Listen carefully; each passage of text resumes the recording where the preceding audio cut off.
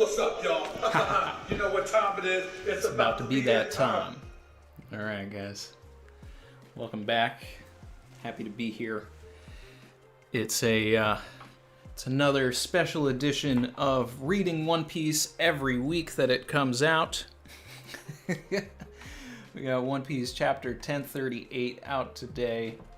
I'm excited because I think, after this chapter, we really should be, back in a groove.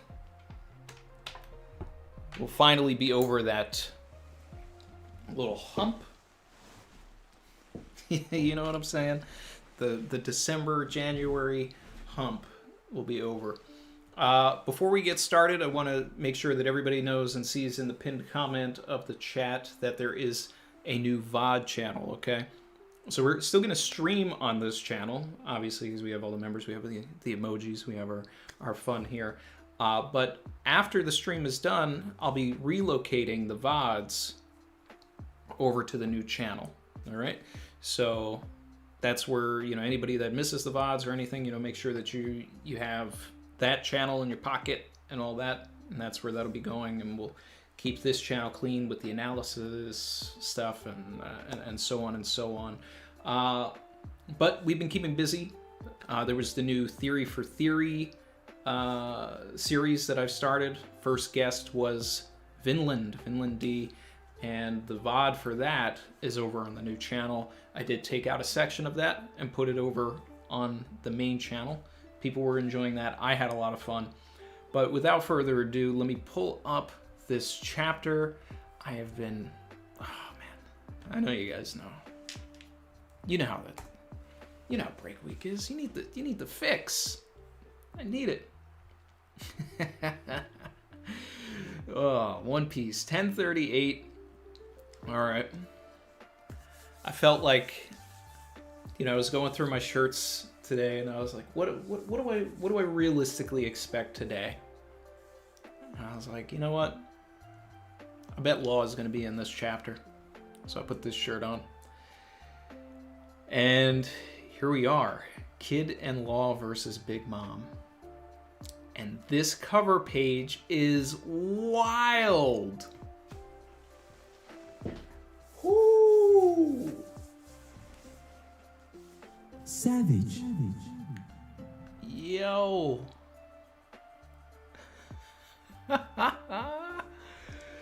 Oh my god. Oh my god.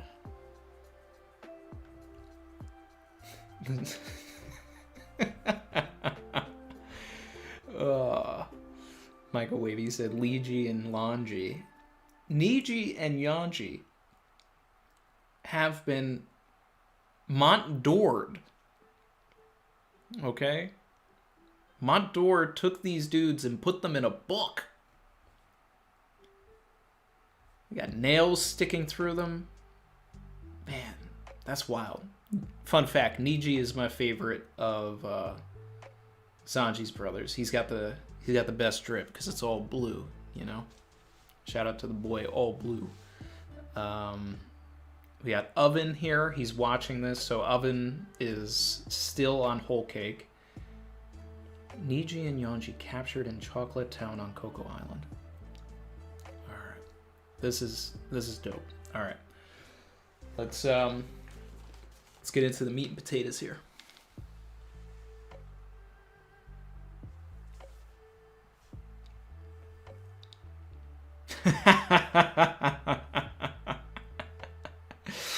We're starting with Raizo and Fukurokuju. There was a funny moment in the last stream, right at the end, the one with Vinland. We were talking about how once everything with Wano is over, right? the last shot of Wano would be these two still facing off, not realizing that the war is over. Yeah, I'm seeing heat on feet in the chat here, and I can only imagine it's because these guys, Raizo's feet are literally on fire. His whole body's on fire. So, Bro, look, he got the heat on feet, bro. He does. He's got the heat on feet. You know, it's about to get spicy here. It's about to get spicy. Release your jutsu, Raizo, or we both will perish. Man, is this how Raizo goes out? Just he burns with fiery determination. Oh my god, this is wild. All right, page 2. The ceiling, it's coming down. Finally, Fireman Jinbei. Let's get this boy putting some. Let's get him putting some water out here. All right.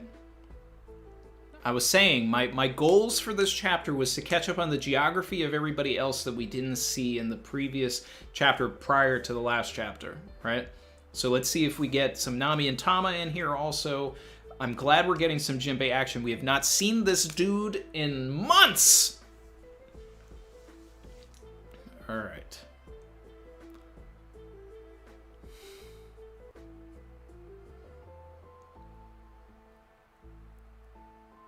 How is the fire spreading this fast? At this rate, countless are going to burn to death. Dying in battle would be less cruel.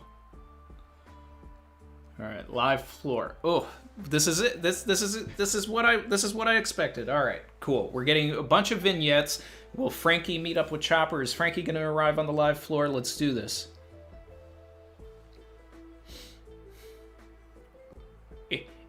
Oh, what the devil?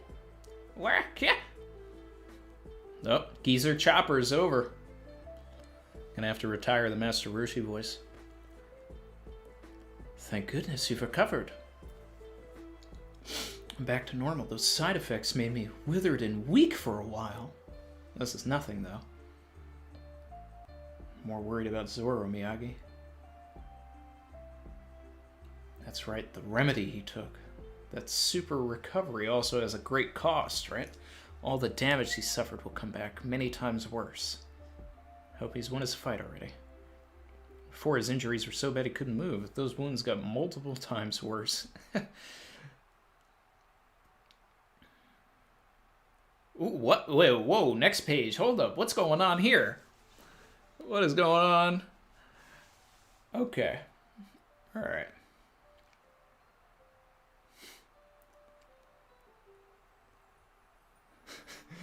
This boy Zoro hit death's door. What is it? Oh man, let me get those Zoropacks in the chat, guys. We got.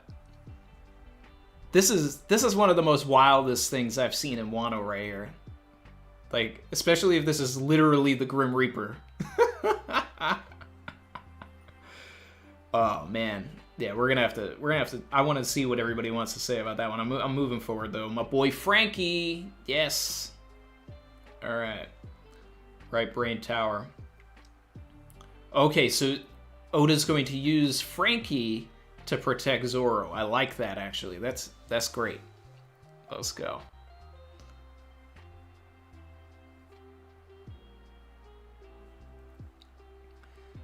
First floor attic. What a former Whitebeard commander have to come and help those damn upstarts. Basement level 1. Okay, we got Izo. Thought we were gonna get some Marco action. I underestimated their numbers advantage. They may have been small fry. They were still members of the Beast Pirates.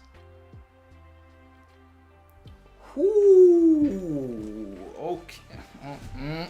Oh, wasn't expecting this. Now this is some Oda level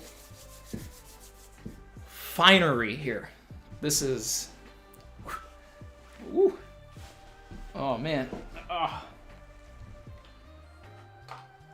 Shout out to the boy Dripper Scarfino making his return. All right.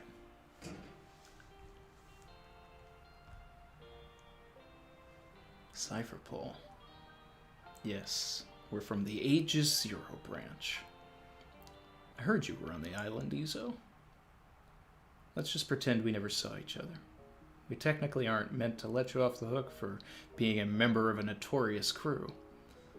But we've currently got our eyes set on the Straw Hats. I'm sure we'll meet again. Step not another step, CP0. Oh, man.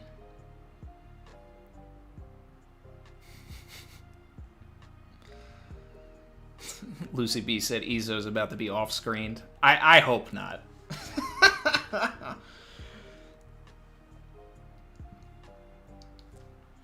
Alright, next page. The chapter is called Kid-in-Law versus Big Mom, but I haven't seen them yet. And honestly, I'm loving all of this stuff without them. So we can keep doing this. Alright, Basement Armory. Gotta make it, I gotta. There it is. Hey, stop that. Please, hang on. Okay. Here we go. Yamato is transformed. Freezes the bombs. Are we gonna get Marco in here? Is this gonna confirm my Marco theory? Don't touch it. Whew. A hand. Okay.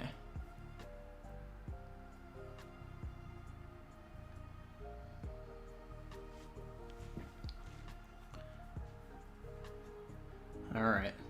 So we're getting the Yamato putting a valiant effort against Kazenbo going on here. I like this. I like this. All right. Now we're getting into this Big Mom stuff. Whew. All right. Have mercy, Big Mom. They can't even move.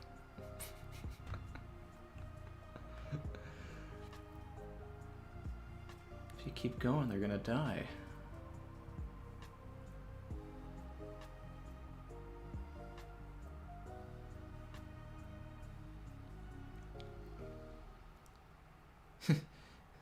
Your underlings are begging now.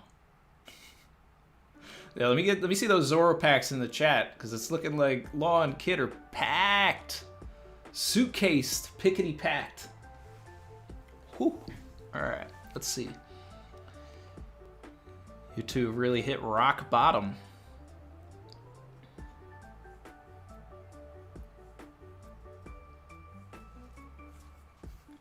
I want to know how Jean Bart got onto Onigashima. Alright. Because it's like, we didn't see them travel on Momonosuke. I mean, I guess that's the only way that it happened. Yeah, look at those Zoro packs in the chat. Look at those packs. Alright, we got another suitcase chapter here, people. Quit your belly aching. This is a battlefield, you pests. See, this is what I wanted to see. I wanted to see Big Mom, like, going off and being the true threat, the menace that was promised. Alright? And look at Hera. Hera right here is... That's a great shot of Big Mom just going off.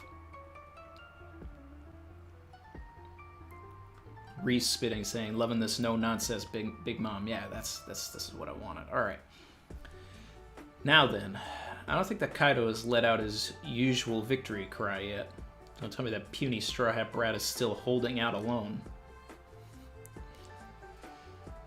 You better not be playing with your food, Kaido. Hera, take me to the roof. I'm beat. Let's finish this quickly. Oh boy. Kurum. Anesthesia. Mo warida. What? Yo.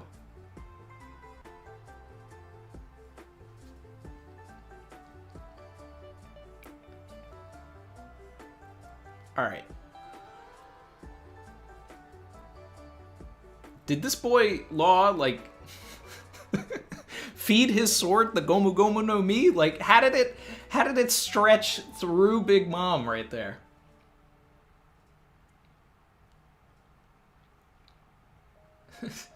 Traffy, what's with that huge blade? That's what I'm asking. Like the last attack. You barely feel the prick, but what are you doing? Knock it off.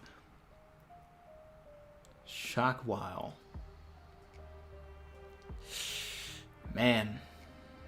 That looks like it hurts. Look at all these homies coming after Law. Alright, but Kid hasn't done anything yet, so let's see what he's about to do.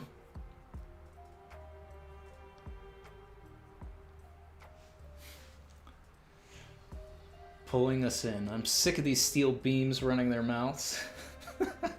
What other series in media could you ever get a line like that? I'm sick of these steel beams running their mouths. Just obey my magnetic fields already. You can still stand, Kid. See, Big Mom's a monster. That awakening didn't do anything. Guess you kids are hell-bent on taking my head. It's weird. I feel like I have a new reason to keep on fighting. I bet you anything, Kaido is reaching his limit up there. If you give it long enough, even mountains can be worn down by rain. That's a cool line. All right, Oda, he's getting in his line bag right here. That's Kid's best line of dialogue. Easy. They say you emperors are invincible. What a joke, there's no such thing. Punk Cornadillo. Punk Condoriano. That's what I raise you. It's a massive bull. It's even bigger than Big Mom in her giant form. Listen up, Hag. I don't care if it kills me. You're not reaching that roof. They're putting their lives on the line. Next issue. Cover and color spread. All right, we can... Now, I want to... You know, that's the funny thing, right? When Oda's not doing a cover story, right? It's like, ooh, color spread, let's go. When he's doing a cover story, I'm like, color spread, come on, man. I want to know what's happening to these guys. Oh, man. All right. Reading these chapter notes real quick. Yamato's move is a reference to an ancient poem from the Kojiki. Mahoroba. It's described as a blissful, distant utopia somewhere in Yamato. All right, because that's a province. Yamato being the ancient name for Japan. And the kanji used translates to horse phantom blade. All right. Getting in our mythology bag. Sugarawara no Michizane. Big Mom's attack. Tenman Tenjin references. The picture on the left. Mikazane was a scholar, poet, and politician of the Heian period. He died in exile from his political rivals. However, after his death, plague and drought spread. The sons of the emperor died, and the capital was hit with weeks of storms. Most notably, the imperial palace's great audience hall was struck by lightning. Aha! So that's what Oda's referencing. Big Mom's affinity for lightning. This was chalked up by Mikazane's angry spirit, and he was posthumously pardoned. Then a shrine was subsequently built to appease and deify him. Became known as Tenman Tenjin, Sky God. Yeah.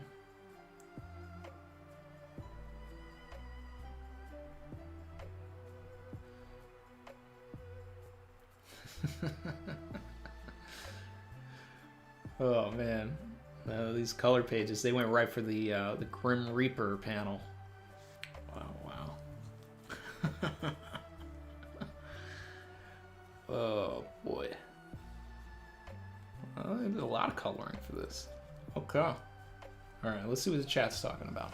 Alright, moving over. 10:38! Alright, we're done with the reading portion.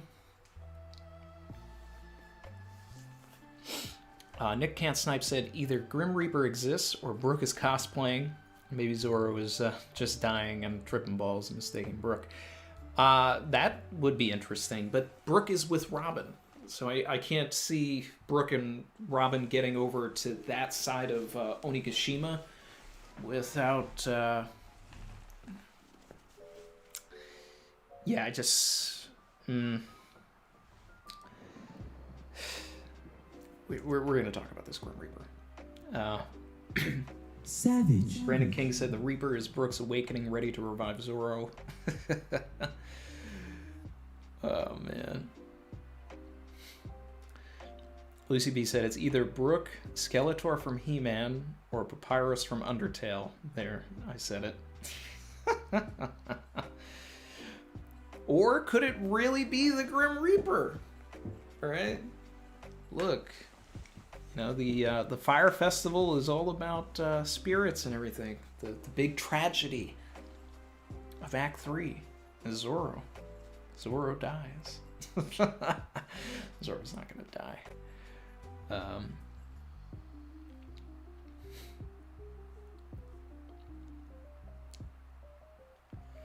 Michael Wavy, member for 3 months, says Kid says he doesn't care if he dies. I mean, I don't care if he dies either. Savage.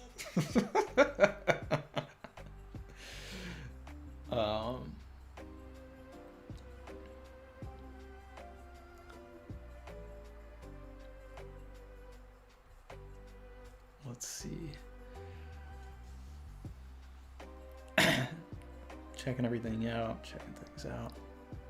Goma Goma no sword. We got the Hidden Island in here. What's up, man? Let's see. Oh, it's interesting. So the Hidden Island said, I think part of Law's awakening might be to change the dimensions of things inside of his room. Now, that's a fun way to take it, right?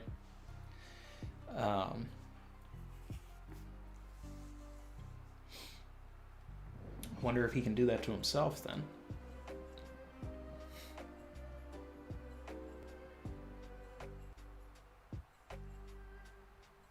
Sword go crew. Man. Let's see. You know what's cool about this cover story, right? Is that since a lot of it is happening on Whole Cake, we could see, not only are we getting the Germa, but we could end up seeing things like pudding and katakuri and all that. Like, oh man, this is... Yeah. Especially since they're in, Chocolate Town, which is Pudding's town. Yeah. So I saw someone mention pudding, and that made me think about that.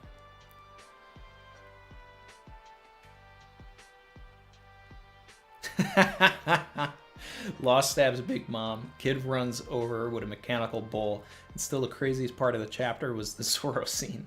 That's facts, though. That's facts. Chin said, I've met in 1039. Grim Reaper is about to be asking Zoro how he got lost in the soul world. Oh, man. Michael Wavy said, gotta be Enma's personification or manifestation of the hockey Zoro has been feeding it. He's the king of the underworld, after all. Is this a test? Oh, yeah. You know what this is? This is, Zoro saying, I'll be the king of hell. And the Grim Reaper showing up and saying, you want to say that again? You'll be the king of what now? Because let's talk about that.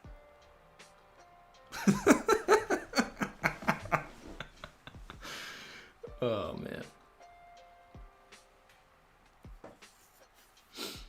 Zoro's got to conquer death itself, yeah.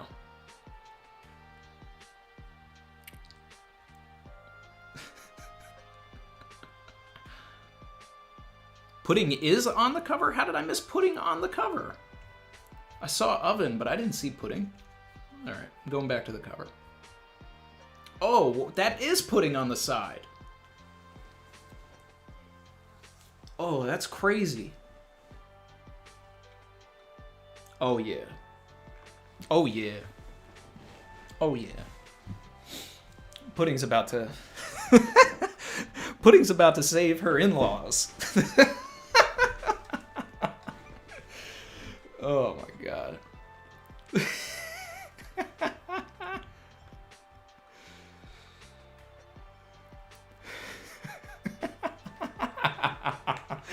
Yeah, Nick can't snipe spitting. Grim Reaper.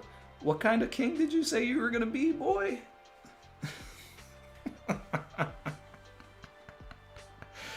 Oh, man.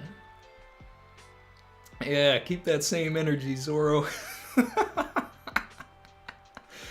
Oh my God. I'm living for this. Oh yeah, we got memes.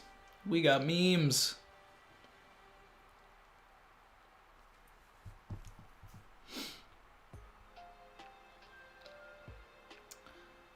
Sabert said, I think the anime opening spoiled the frozen bombs. That frozen part had like a, one of the New World log poses inside of it. I don't think these frozen bombs are going to be that big of a detail for it to be spoiled in the anime opening, right? Yeah, Yamato froze the bombs, but that's not... If Kazembo still touches the bombs, even though they're frozen, they're still going to go off, right? So that's why I feel like Yamato is... I still feel like Yamato is going to have a valiant effort here. And then if you've seen my Marco theory that I put up like 2 weeks ago, then you know what I'm going to say here. You know, definitely go check out that video. But because I go into way more details as to why it makes sense for Marco to go up against Kazembo to begin with. But I want Marco to show up, go inside Kazembo, and then, you know, do some Phoenix magic, and then rise from the ashes anew. So...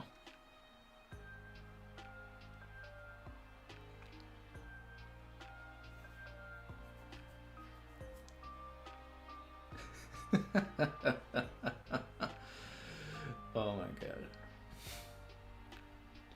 Basil said, Zoro's got nothing to worry about. The Grim Reaper is the weakest character in the series. Even Pound beat this man. Hey, but Pound is a D. Pound D, right? So...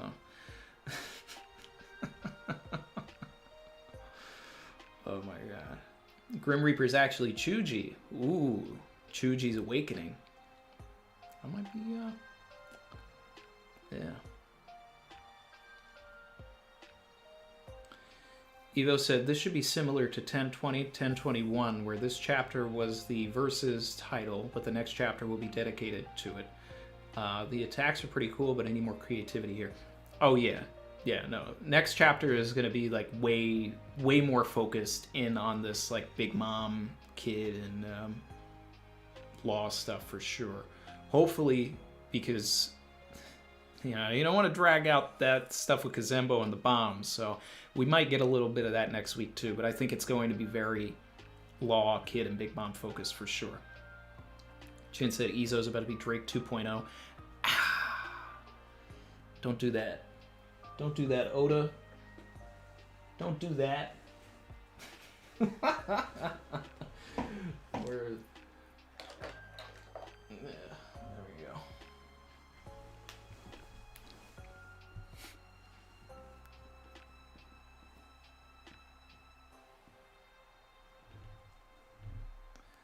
Let's see. Grim Reaper, the Lurking Legend. Yeah. Yeah, we've been waiting. This... I need an explanation. This is one of the wildest things that's ever been in the series. That's...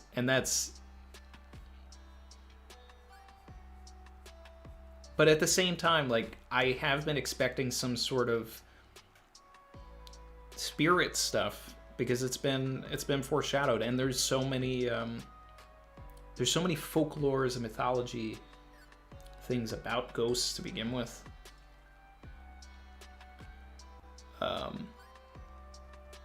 man.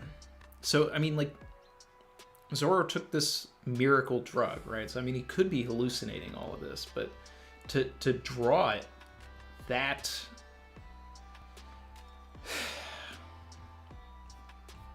to put that much emphasis into it.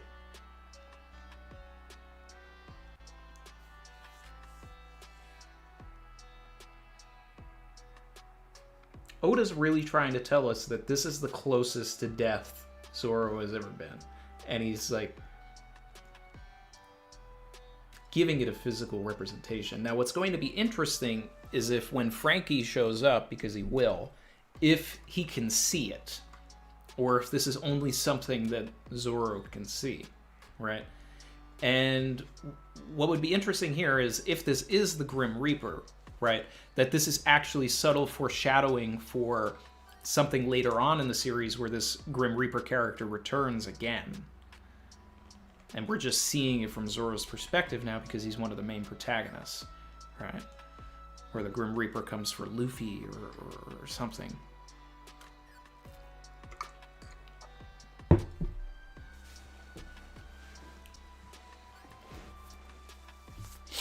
Man. Poneglyph, finally able to join in on a live sesh. Welcome.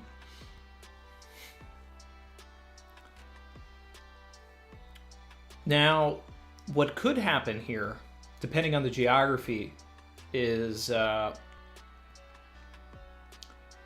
Zoro has a Denden Mushi stuck, in his Haramaki, right? Like, that was a big plot point, obviously, in 1031.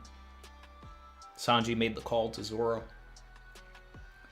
So, if this Grim Reaper guy whisks Zoro away somewhere, Zoro may be able to make a phone call at some point. Or, what's more likely is that Frankie could run into Sanji on his way while he's trying to find Zoro. Sanji hands Frankie the Denden Mushi that connects to Zoro, and then, they have some sort of a conversation, maybe.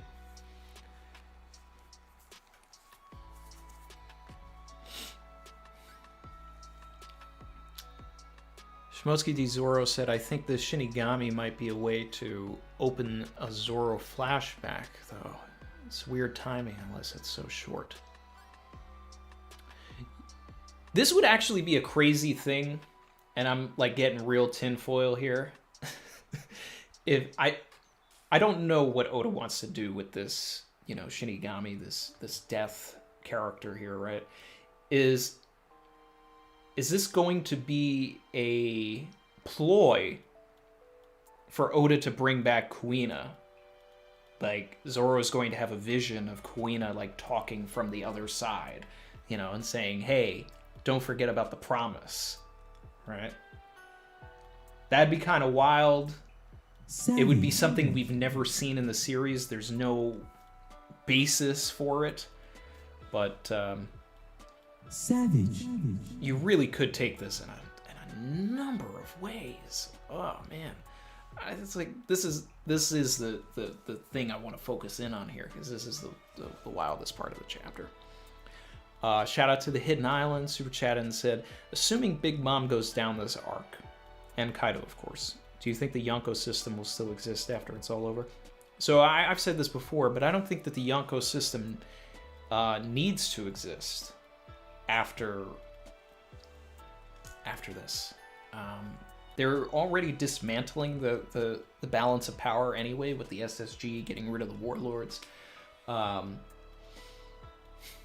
And certainly once Luffy defeats the world government by the end of the series, there's no need at all for any Yonko, right? Because by that point I figure, Kobe and Smoker will probably be in charge of, the policing of the world, and Vivi will be, like, running the government. But it's interesting, but I also don't believe that Big Mom goes down this arc, and if she does, it's only temporarily. I think that Kaido has the most likelihood of going down, but Big Mom still has a lot of story to tell, unless Oda finds a nice way to wrap that stuff up. But as of right now, things like dealing with Mother Carmel, dealing with the memories that she's blocked, all of this stuff with Elbaf. She's got more story to tell, whether people like it or not, and people have Big Mom fatigue. But I'm here for it. I'm here for more Big Mom. I like Big Mom.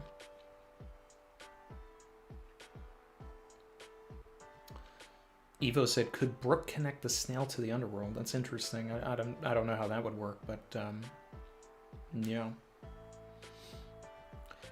Shout out to Peter Falk, who super chatted and said, "Is it just me, or does Law's awakening really not make much sense?"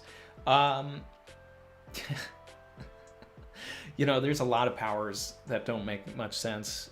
You know, I remember the most confused I ever was in the series was reading Thriller Bark Weekly and like getting to Kuma, and then everybody on Arlong Park forums trying to figure. Disconnected for a second there, but it said that we reconnected. So Savage. You guys let me know. Make sure that I'm back. Reading Thriller Bark Weekly, right? Everybody on Arlong Park forums was trying to understand the mechanics of Kuma's fruit, and like even more so after the archipelago, right? It's just like, how is he transporting these people? How is he deflecting all of this stuff? How is he removing pain? How does he have lasers? You know, but then things started to clear up. But even still, that's still one of the powers in the story that is very strange and unique to this world, right? Law's power to begin with is one of the wackiest. It's up there with Kuma's fruit for like just versatility and unable to understandness, right?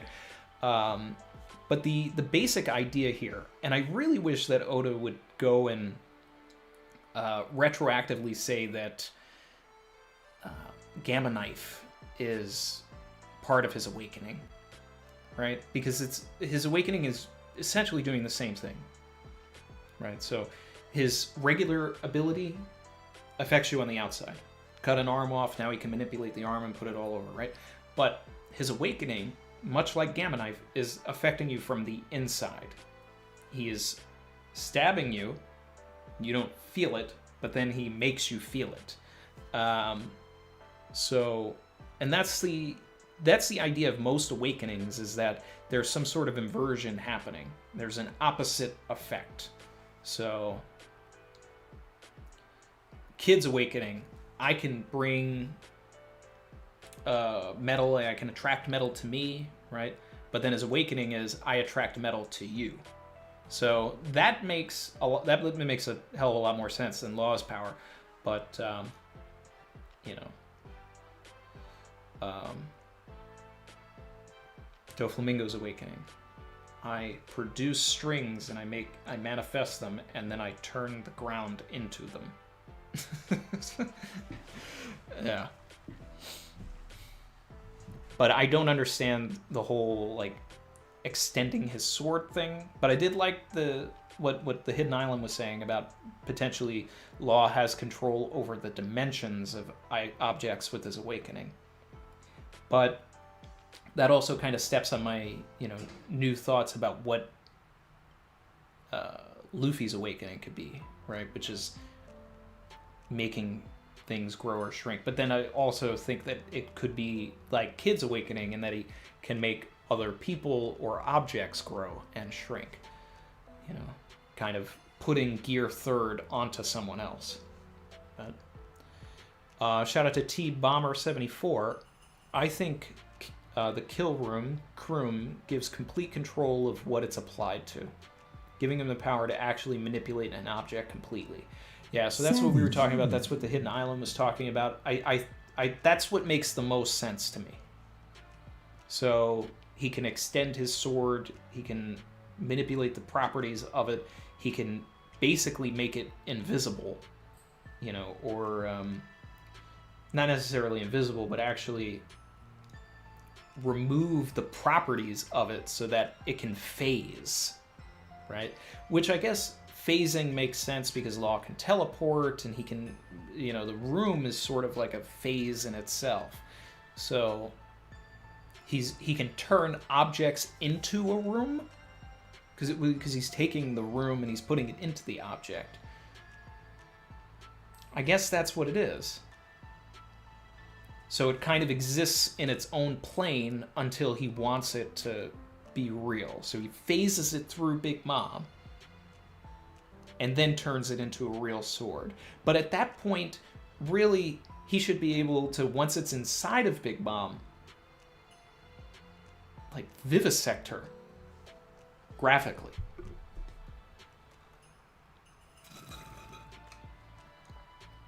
Yeah, but hey, this is One Piece, not something else. Oh man.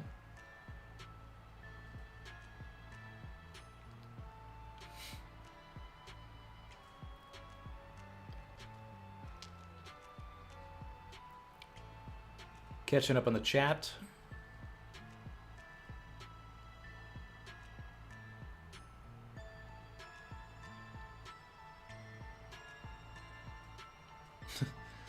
Sophimus said, next chapter, who are you? And the Grim Reaper says, 90-degree angle. I don't think it's Brook, guys.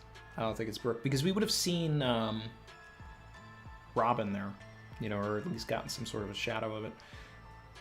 And what a fake out that would be if it's all just a gag. I mean, I wouldn't put it past Oda, but I think that there's something more to this. Red Hood 52 said, Brother Izo, the pack beckons for you. And when the pack calls, you must answer. Izo on his way to the big off-screen in the sky.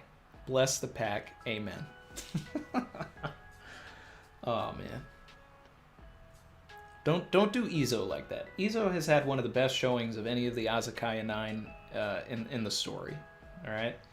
All the way to when my man came out and shot King's sword out of his hand. That was one of the most gangster moves I've ever seen in One Piece, bar none.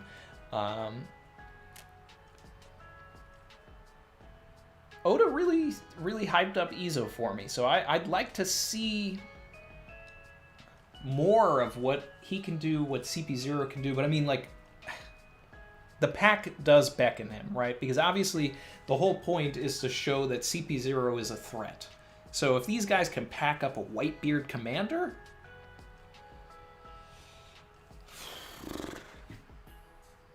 that's going to put them on a whole other echelon. Drake was one thing. All right, so they're stronger than an average supernova.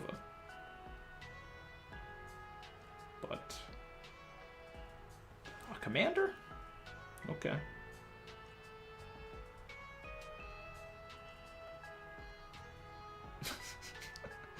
Hey, young man, I see your boxers. Jonathan RK said. That's crazy.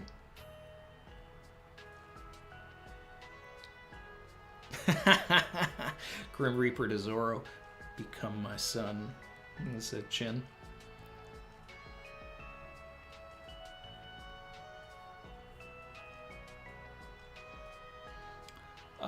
Hidden Island said, I can see Oda tying a bow on the Big Mom stuff through CP0 since they may be directly connected to Carmel. I've talked about that a lot, and I think that all of those guys are potentially kids that Big Mom grew up with as well.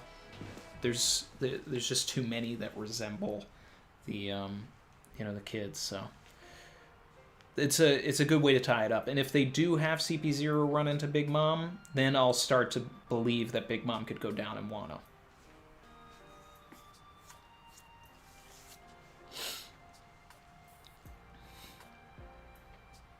Yep, and then the Hidden Island talked about it. I'm sure everybody's seen it, but the kids at the orphanage have very similar design to CP0 agents. Yep, we talked about that a lot. Maybe they're the ones that finish off Big Mom. I'm okay with that, because that would really put them on a pedestal.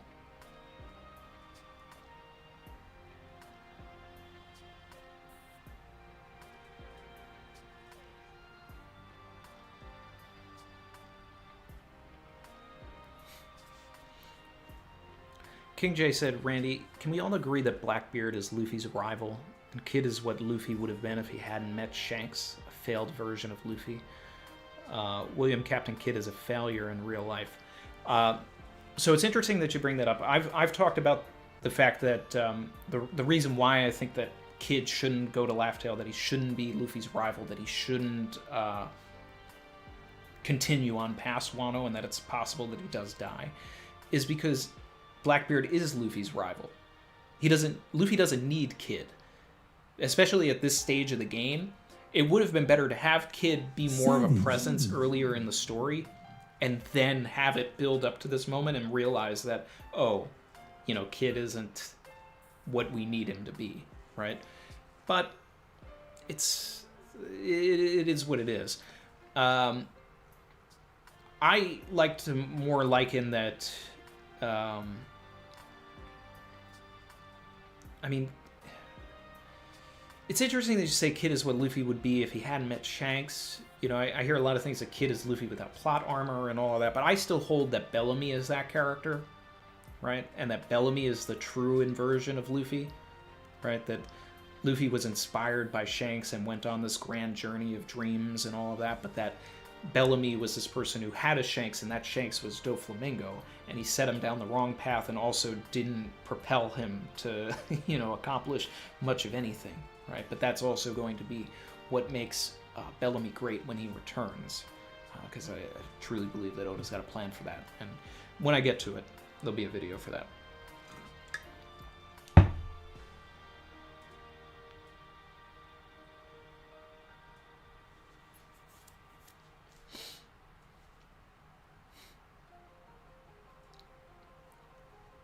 Geo just said, I summoned the tie. That would be funny if he did just show up because of that. John Doe. Hey, Randy. Grim Reaper is Enma's spirit testing Zoro to see if he's worthy. Also, Izo is going to have a fight with CP0 and not just die. Thoughts? So it is interesting if the Grim Reaper is Enma's spirit. I have talked about how I do believe that there are spirits within the swords, because I mean that Oda has all but directly said it. You know, Oda has basically made it shown that these swords have their own wills, right? So you have to, the sword is testing you, which means it has a life of its own. So that would be interesting, right? Because then you also have to consider that Enma, right, has the name, the etymology of the name has ties to the underworld and all of that. So there's definitely something to that, John Doe. I think that I think you could be on the money with that. And it would be great if Izo versus CP0 doesn't get off-screened. I don't think that Izo can beat them, and I don't think that Izo is supposed to beat them, but I don't want to see them just walking away from Izo. Like, let's at least let the guy, you know, pop off a few shots.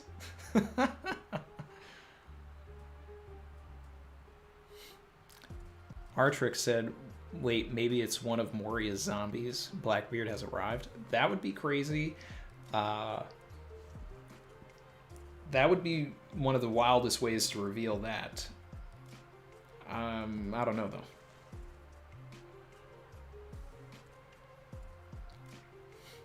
Ooh, Saibi said, Marco versus Dripper Scarfino hype. Does Marco come in and fight the other one? Oh, wait. I mean, that goes against my Kazembo theory, but if that's the case, then I think we would... If Marco shows up and, like, takes on one and Izo takes on the other, then we're getting a real fight.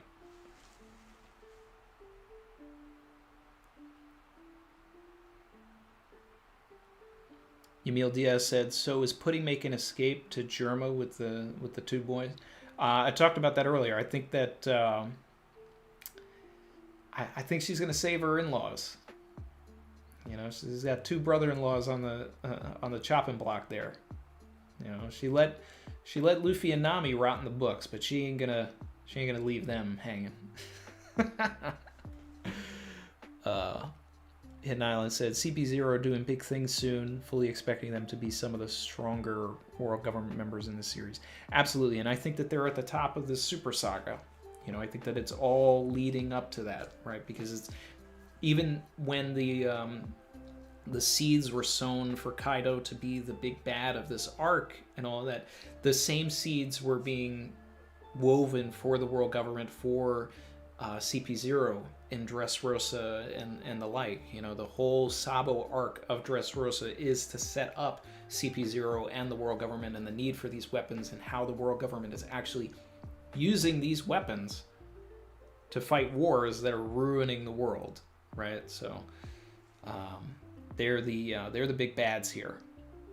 They're basically the guys that, like, Oda wants you to forget that they're there, and then at the end of the arc they're gonna, you know, do something pretty devastating, I'm sure, Kuma style, which I thought would be Big Mom's role for this arc. But then once 1003 came out, it was like, ooh, okay, all right, Oda, this is what we're doing.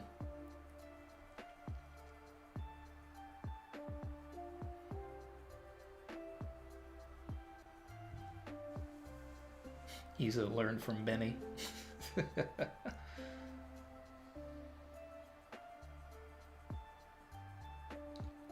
It'd be cool if Izo shoots off one of the masks and gives us one of our reveals. Like, if that would be a great way to utilize Izo in this arc, right? To give a moment that actually means something rather than just hyping them up. Show us who one of these people are by having Izo, because Izo's already shown that they are great with the gun. They knocked King's sword out of his hand. So I think Izo's going to be able to shoot a mask off, or at least break a mask.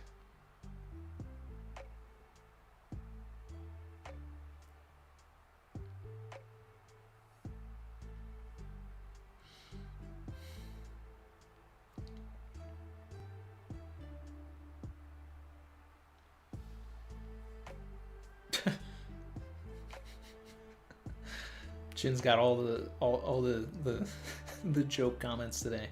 So the Grim Reaper's Usopp in disguise trolling Zoro. Yeah, nah, not today.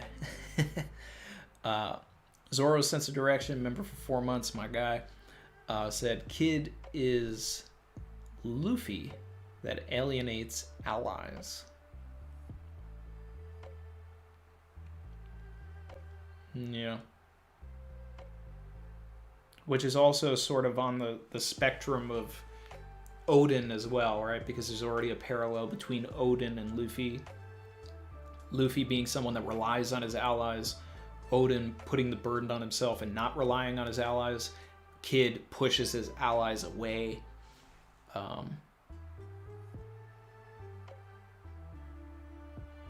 Law being used as a character to learn to appreciate having allies. Yeah.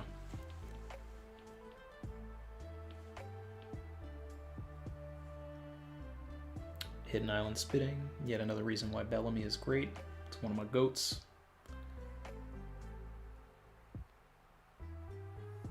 He said, okay, Bellamy being Luffy if he didn't have Shanks is the best thing I've heard in a while. Yeah. No, there's a whole video planned for that at some point.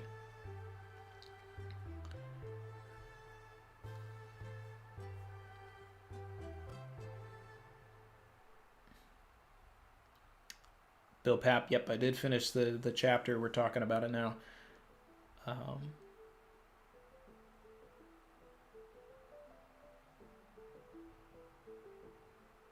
Will Reynolds said, I would love to see Kaido and Luffy fight CP0 together. That's interesting. And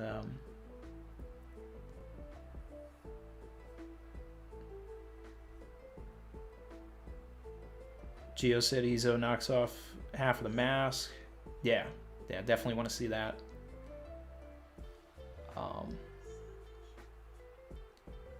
Let's see. Luffy and Kaido fighting CP0 together. I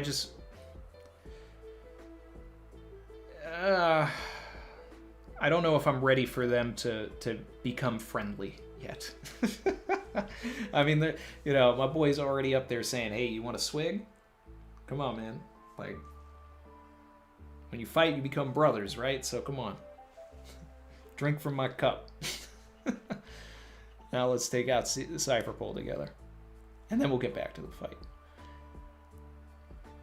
Nah, I don't know. You can't rule it out, but I don't know.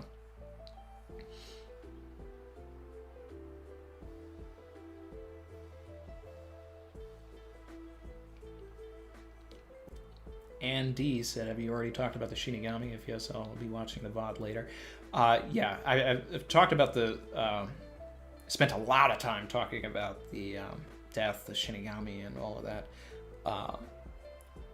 Make sure that you've checked out the new VOD channel, which is the pinned comment, because that's where the VOD's going to be for this. And let's see. Zoro Sense of Direction said, "Also, we still need payoff for Marco, Pirorin, and Big Mom being together." I feel like that was such a random interaction. Yeah, so it's like, when you bring all of these characters together, particularly for Wano, you need a payoff for them. And Oda did a good job in Marineford by, like, paying off a lot of the characters that were already set up, right? So he gave Mihawk a reason to be there. He gave Crocodile a reason to be there. He gave, Whitebeard and all that. But, like, some of these characters that we were just getting introduced to, like Marco and et cetera, and, new characters, like, those characters that came back, Izo, we didn't have much of a basis for them during Marineford, but now we do. So they are the characters that are essentially the characters that we've met before that we saw in Marineford, like Smoker and all this, and Hancock, that had special moments that meant something and, like, led towards the end. So here, since we're in an all-out war, similar in vein, but not exactly, I think there's really going to be more of an all-out war later on, in a different arc. But we need to see some of these characters actually have, like, that moment, right? So Izo doing something to Cypher Pole, right? Getting us to learn who one of them are, that would be pretty great, and would be lasting, right? Marco taking down Kazembo would be a lasting moment, because right now he's just been playing keep away and he hasn't really done much.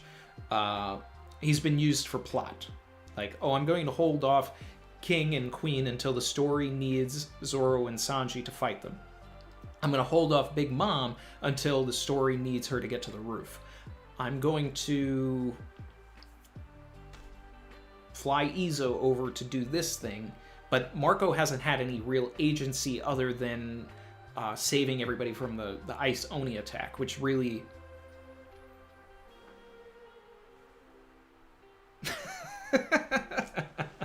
So,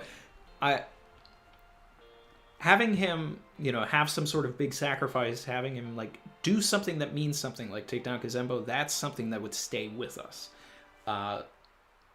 Cypher Pole taking out Drake isn't enough to justify them being here. Savage. Cypher Pole actually, having a fight with Brooke, an interaction with Robin, that allows, that gives them a reason, story structure wise, to be here. So the same goes for, like, Kid and Law, right? Like, Kid needs that moment, and I think that moment is going to come here. Killer has had his moment. Killer took out Hawkins, like, that's a memorable moment. It was a good fight. He had a great showing against Kaido. Like, he's already had his memorable moments, so I don't expect much else from Killer. We need that from, like, Kid. We need a great moment from Law. one of the memorable moments from Law was really just him announcing that he wants to learn more about the D clan in front of the Poneglyph. Like, these are the memorable moments that stick out and are like the story beats, the story arcs for these characters. Where is this character going to go? What does it do for the story?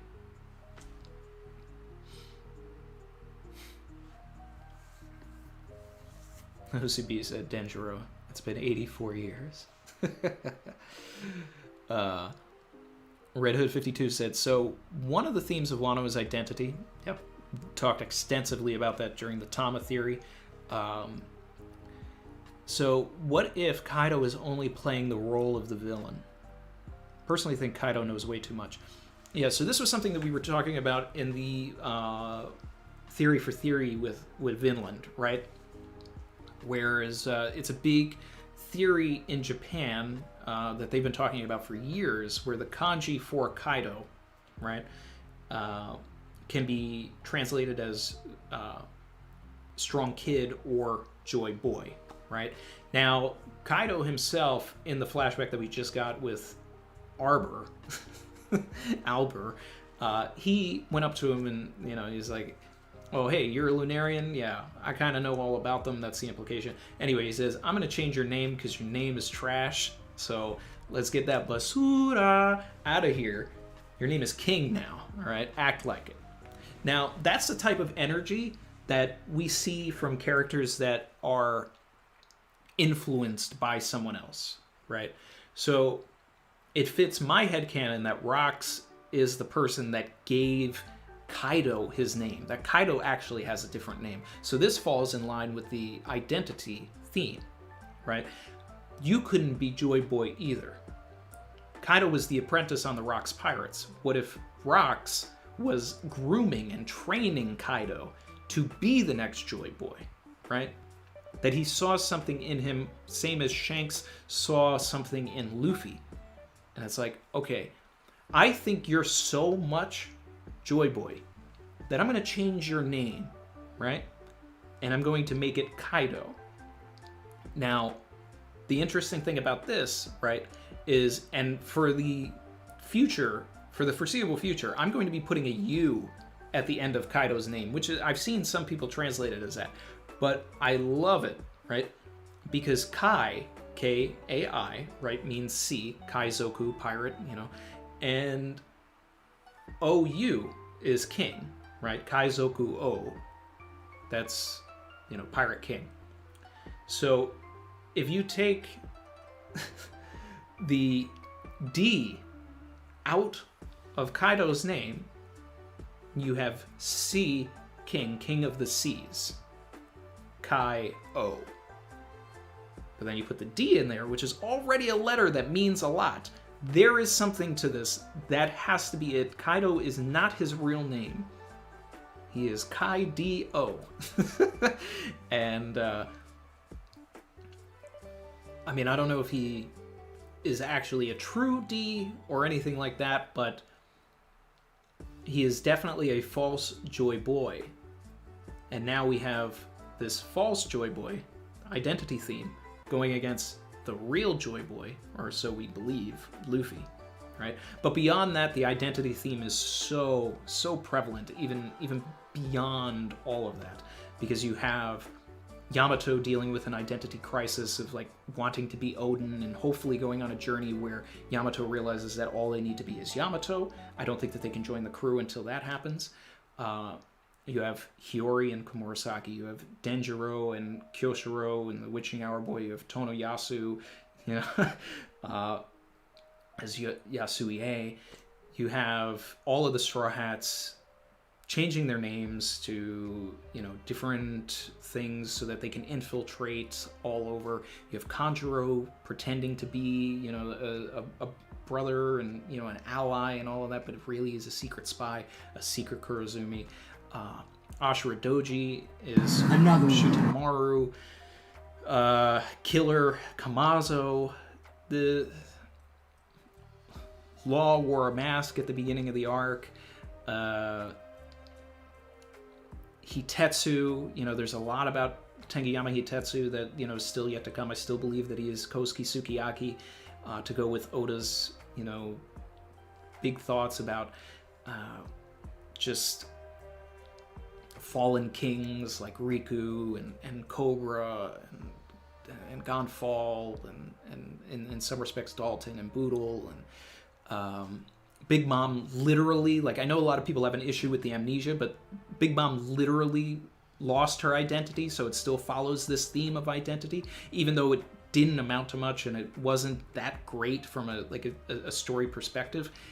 It still wasn't, when you think about it in the context of the theme, I can sort of forgive it.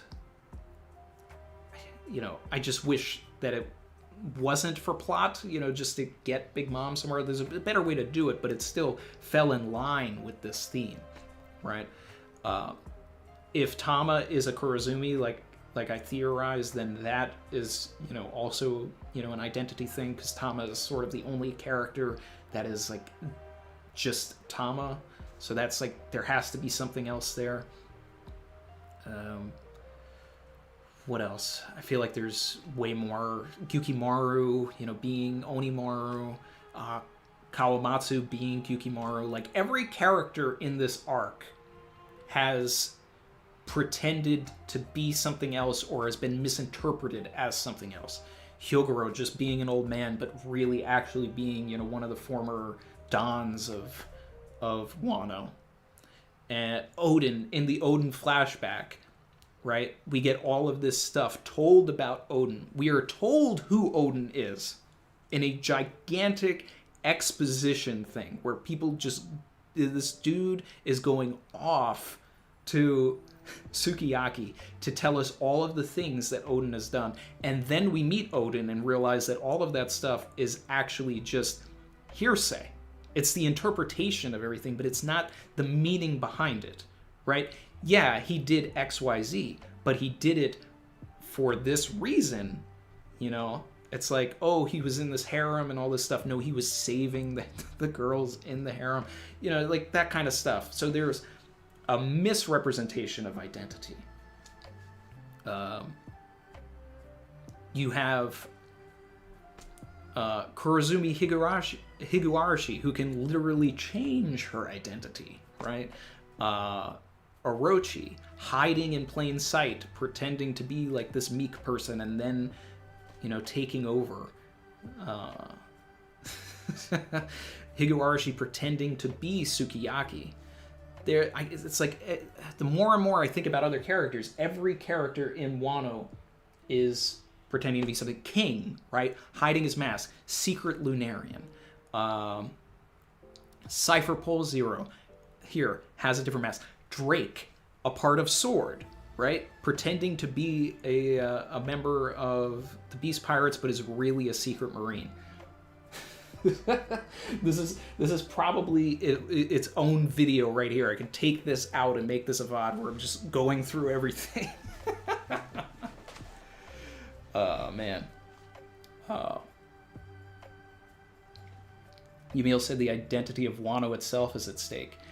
Yeah, you have Wano, its borders are closed, no one understands Wano, right? Momonosuke is a huge part of this identity thing as well, because he's like trapped inside the shadow of his father, but he's also trapped in the shadow of Kaido, because he's literally two halves of both, and now it is presumed that he will have the visage of his father, that he will have the outward appearance of Odin, but he also has the outward appearance, albeit a different color, of Kaido.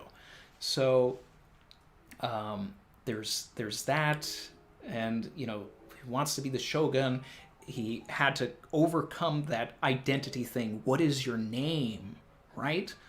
That whole interaction between Kaido and Momonosuke was all about his identity. Who are you? If you tell me you're someone else, I'll let you live.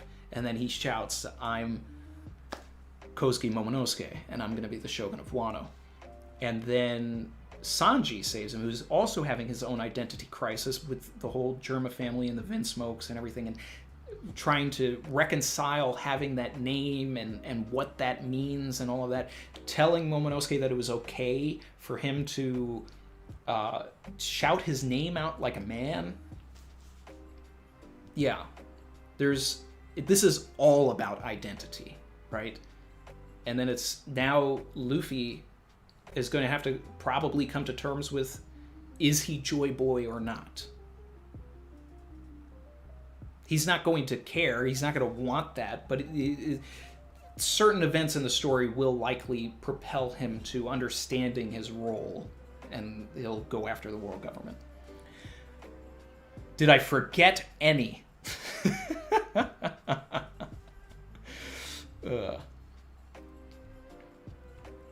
Zoro, right? Getting packed up. Having to understand his identity as this bandage man. Oh, man.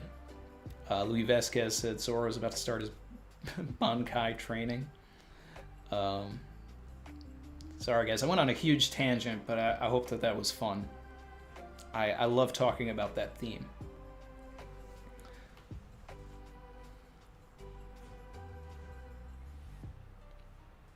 Phantom Greyfire can't stay for long. We'll watch the VOD later, Randy. Until next time.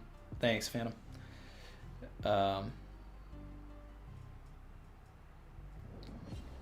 That's Savage Chin. Oh my god. Got asked about what's going on with Arlong Park, and Chin said asking about Arlong Park is like asking Morge about Wano reports. I know that it's being worked on, but it's tough. It's just such an outdated system that is being used. I mean, the forum is literally, from 2005, and it's using the same technology. So, yeah.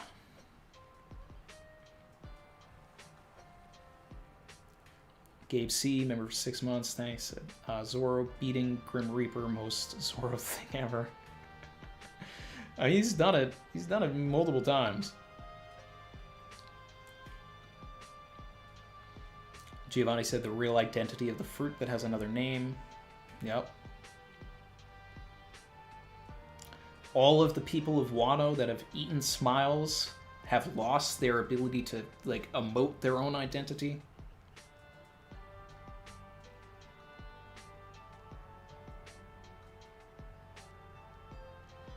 Red Hood 52 said, gotta go. Much love, Randy. Can't wait to see this Grim Reaper video because I know you're going to go hard on it. Bless the pack. Amen.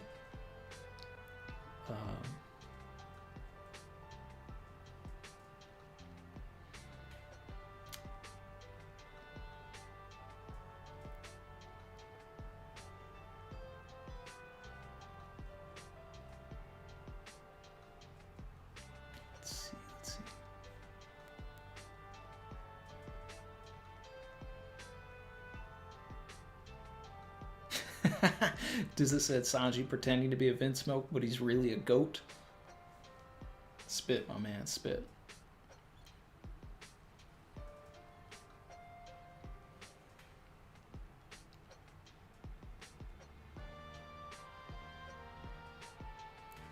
Chuji pretending to be a mouse when he's really a god. Yeah, facts. Pretending to be, just a simple mouse, but he's really the mouse from the Sanji flashback that made it all the way to Onigashima?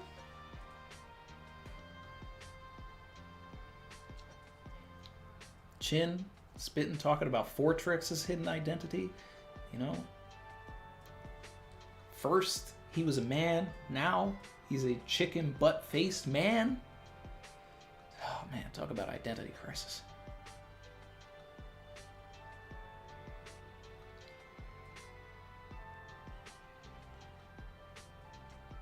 Robin embracing the Demon Child title? Yeah. There's a lot about demonic identities going on as well. King of Hell. I'm gonna be the King of Hell. Tell you what. Dizza. Me pretending like I don't talk to Oda weekly? John Doe said, what are your thoughts on the Wano hate recently? So like I saw this stuff on Twitter and all that, and we talked about it like briefly with Vinland, but I didn't go into it because I didn't really read a lot of it. And now like Roger put out a video, Jay put out a video, Brago put out a video, and I mean, I don't know if it was necessary to put out the videos, but I mean, I did see like people going off on Twitter, and I've talked about this before, but I think that a lot of the misconceptions sometimes in the community is that they may get weekly fatigue and forget that Oda writes the story from a arc perspective or even a volume perspective, and not always from a weekly perspective. So some things that people have issues with on a weekly basis get cleared up once the arc is over, once the volume has ended, and sometimes you just have to sort of let things breathe.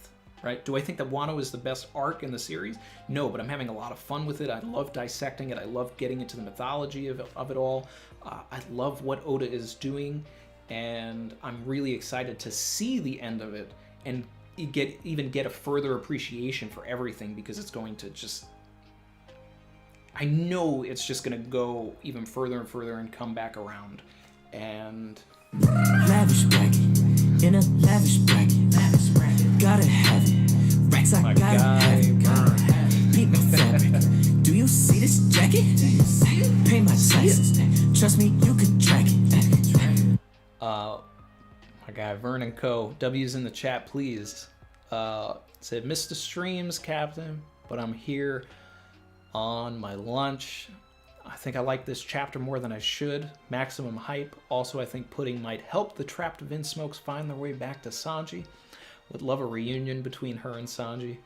I agree with you totally. I actually, during my first read-through, completely did not even notice that Pudding was there. I was focused on the Vinsmoke boys, and I saw Oven, and I kept it moving, and then I went back to it, and I was like, wow, Pudding is, like, there. So she's totally going to help her in-laws out. But appreciate you spending your lunch, man. You know, we just did a full breakdown on like every identity crisis in Wano. and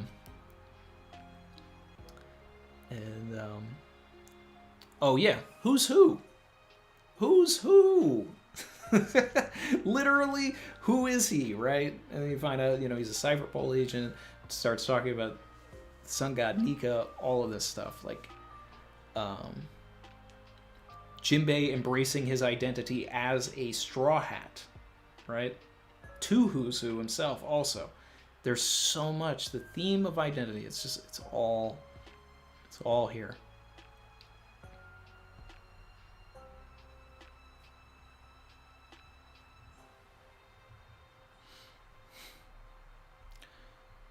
Ruyo says most of the Wano love comes from Roof Piece. Roof Piece wasn't even my favorite part of Wano. Roof Piece was cool, but I like Lore Piece personally. So that's why, like, when we left Roof Piece and went to 1003 and saw that Cypherpole Zero was on Wano, I was like, okay, now I'm here. I'm here. I was here, but I'm here. Now I'm here. Like, I was here, but now I'm here. So.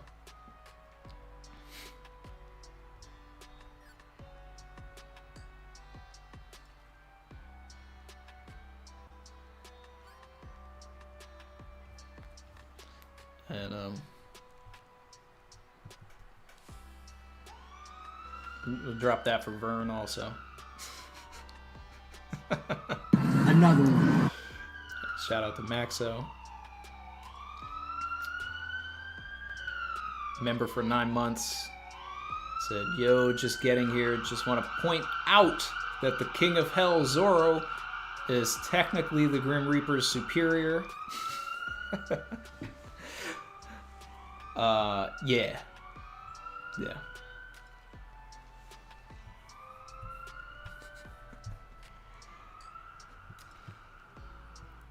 Had to put the sirens for the old heads.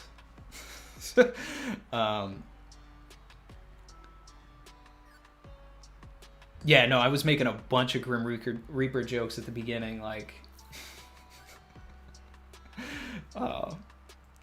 Like the Grim Reaper just showing up to Zoro like, hey, I heard you said that you were the king of hell. You want to say that to me?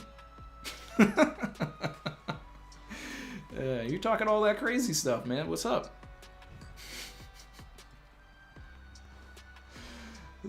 Grim Reaper just says, hey, man, I'm reporting for duty. What's up, Captain?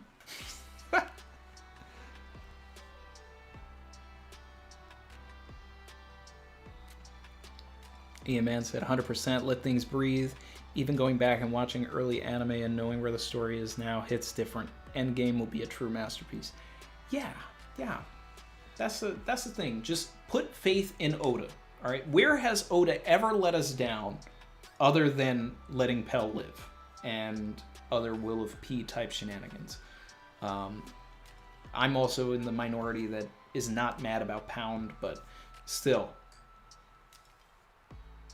Oda always, this happens with everything, right? People start getting fatigue and like an arc and all this stuff. Oh, where's Oda going? And then it ends and then people are like, woo, man, Oda, Goda. Look at how he wrapped that all together. And then the next arc starts and they think he's not going to do that again? He always does it. He does it every time. He is the most consistent author of all time, all right? He's always putting those numbers up. So just let it happen,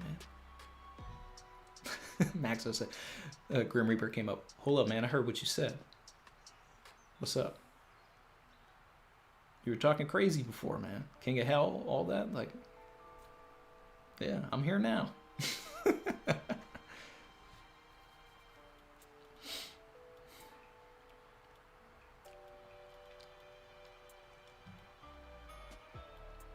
Oda pretending to be a mere mortal.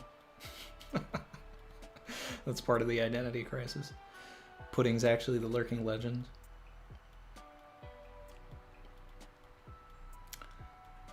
Ashura said, I think Yukimaru is the skeleton. I think Yukimaru is done until we go back to like the graves and Ringo. I don't think he's gonna pull up Onigashima.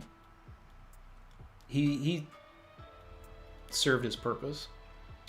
Zoro's sense of direction. What are the Big Mom pirates going to do with Niji and Yonji, though? Hard to imagine the intel they could gain from them. I mean, I think it's more of a... like a...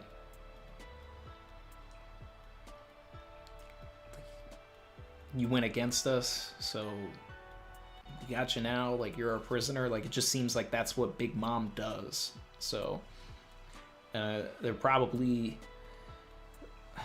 I don't think they're waiting for Big Mom to come back to do something with them, but maybe. But I mean, they've likely been in their possession, right, for weeks. So it's interesting. It's interesting, but I mean, it just means that the Germa have to figure out some way to go and get them back, and Pudding is going to be a big part of that. So, and it's going to be interesting to see if this is, you know, before a lot of the events that we're seeing, and that as the cover story goes on, it'll sort of catch up, and that Pudding maybe rides with the Germa, you know, to Wano or something, and like they pull up to Sanji. But,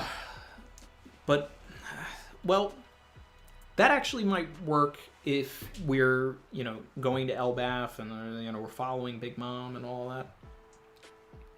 Because then I've always felt that Pudding's power, right, is like a MacGuffin. It is a Chekhov's gun. It is a plot point to give Big Mom her memories back, right?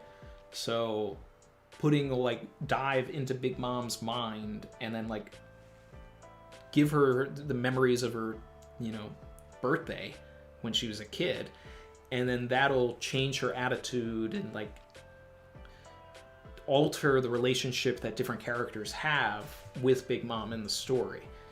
And So, and that could very well happen in Elbaf. So we could see the Vinsmokes going to Elbaf with Pudding, and then Pudding puts her memory, Big Mom's memories back there. I really would love to see it. I mean, it's just going to extend the story out, but I really would love to see some of the Straw Hats go up against different members of the Big Mom Pirates. You know, like, I want to see someone fight against Montdor. Like, that would be cool. You know, like a fight, like, I want to see Robin fight someone that has a really technical ability, like Montdor, right? Robin goes into the book world. How does she get out of that? What can she use her hands for to do that? But then she has to use her brain to get out of the situation, you know? Or she goes up against Daifuku and she uses her hands to like block the genie from coming out. Like there's different ways to do it. I want to see Flampe versus Usopp because it just feels like that's set up. You know, Usopp fights all the little girls. So, do I think the Grim Reaper is a Brook gag? I do not. I think we're literally seeing some sort of a Grim Reaper, or it is something that is in Zoro's mind. I'm worried, but cautiously okay with it if Oda is using this as a means for the Grim Reaper to be like a spirit within Enma, or for it to be a way for Zoro to have a dialogue with Kuina from the other side. You know, like Kuina like reaffirms his goals to him. Because the Fire Festival is all about like spirits and ghosts and honoring the dead, and like it just seems like that's the part of the arc that is sort of missing. So now we're getting like, this could realistically be an actual apparition. I don't know.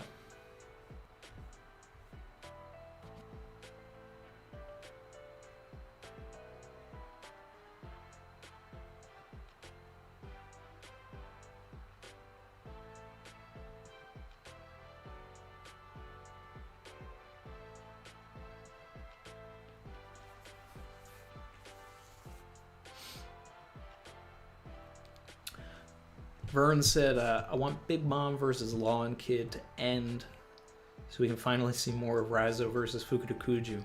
Fight of the year, in my opinion. I'll say, I really want this. I've said it earlier in the chat, but I want Wano to end, and then the last shot is just Raizo and Fukurokuju still standing there, not knowing that everything's over. But Raizo really had the heat on feet. So it's almost an excuse to break the apron out.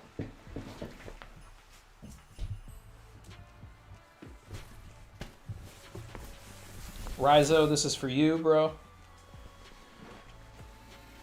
That's for you, Raizo.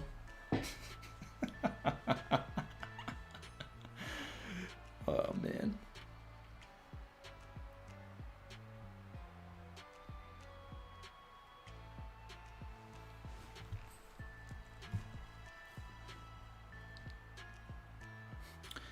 Jack Selton said a Queen of Promise thing could be interesting, and Odin too, who will say I need to speak with my son. Now I'm glad Enma's good in your hands or something. Yeah, I mean that's a way for Odin to like actually show back up, and like I don't know. We might get some like Star Wars Force Ghost type thing here. It could happen, right? And then that'll open the possibility up that people have talked about for years, that when Luffy gets to Laugh Tale, there'll be some sort of spirit of Roger waiting for him to have a conversation with.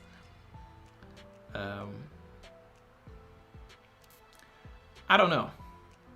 I want to know what you guys think. Like, if this ends up being some sort of real spirit thing, do you trust Oda to handle it, or are you worried about seeing spirits of characters?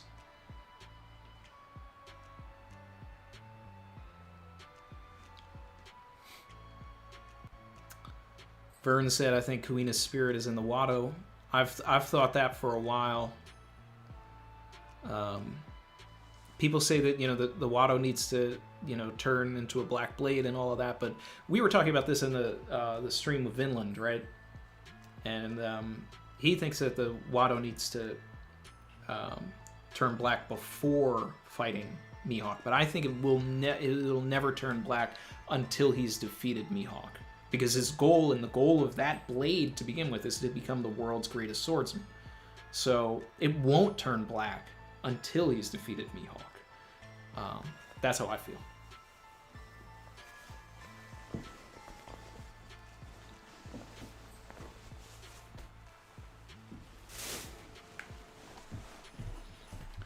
Vern said if Zoro speaks to Kuina, I just know that Wado is turning into a black blade. I mean, that would be a pretty great scene. Like if that's the way that Oda wanted to go with it and that's how it goes black, sure. But I think that it really needs to happen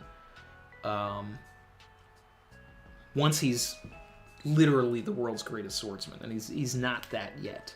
But we could, and it's like Odin basically entrusted Enma, right? Its will is to open the borders of Wano, and the same goes for Ame no Habakiri. So until that actually can happen, I don't see Enma turning black either. And I don't know if the borders will open with all of this stuff going on outside of Wano. Right? Because if the world government ships are here, and their goal is to annex Wano, the only story purpose for them to be outside of Wano is for them to get onto Wano and actually annex it, and then it falls into the world government's hands, hence not opening the borders. And then that gives Momonosuke a reason to join the crew, follow along, and help them take down the world government so that they can open the borders of Wano for real. Then, at that moment, once they've done that, that blade will turn black, if Zoro even keeps Enma after this. Because I'm still even skeptical about that.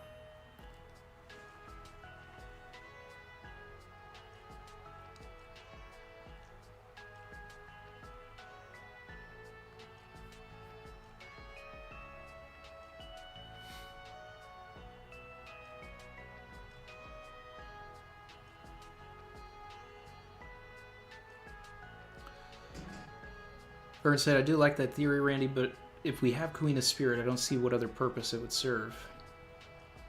True. I mean, that would make the scene even more iconic. If he actually does have a conversation with Kuina, and then that's what, like, turns the sword black.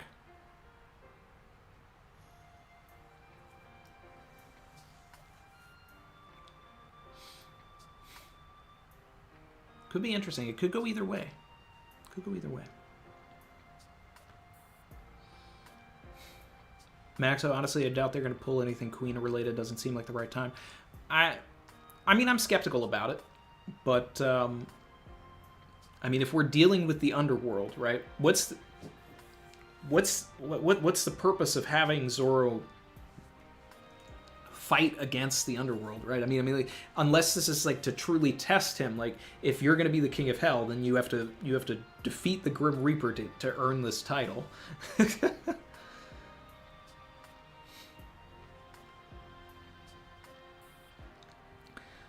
But, yeah, I mean, I like what everybody else is saying, too, about it. It's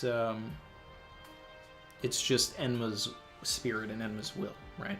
And that falls in line because, like I said before, Enma, the etymology has ties to the underworld.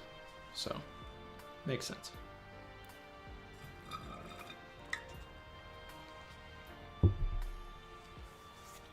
Galaxy Spitting said, Oda did time travel right. He can do this. I agree. Maxo said, I think it's weird, not a good gag, if Oda chose to make him look like Brook and it's not Brook. Seems like a pointless misdirect. I think it's pointless if it is a gag. I don't think that that's the right time for a gag. I mean, if Oda does it, hey, whatever, but I don't think it's a gag. But then again, that's me looking at it from a weekly perspective, right? If you're binging this and you're saying, oh, what's this? You probably forget about it. And then like 2 chapters later, you realize it's a gag. And you're like, oh, okay. It's better on a binge sort of situation. But the geography of where Brook is in comparison to where this Grim Reaper is and where Zoro is really different. So I don't think that Brook had enough time to get over there yet. That's the only thing really pushing me away from thinking that he's seeing Brook. It's just understanding the geography of where everything is. I am excited for Frankie to find Zoro, though, and be a bro, and, like, we get Zoropack 2.0, but now Frankie is holding the Zoropack. Would be hilarious if Frankie wraps Zoro into a different pack.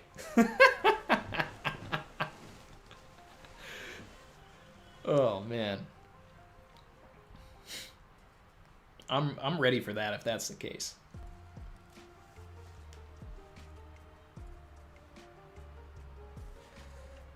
Thousand Sunny said, do you think the Reaper is one of the 9 shadows? Potentially. Like, if the shadows are actually spirits, right? And we get 9 ghosts, right? That's possible. See, now, one of the things that made me really, gung-ho about the spirit stuff is actually Kiku, right? And when I thought that Kiku could actually be dead, because Kiku's whole folklore is about coming back as a ghost. So, I thought that would be a way that Oda could go if he really wanted to do the spirit thing.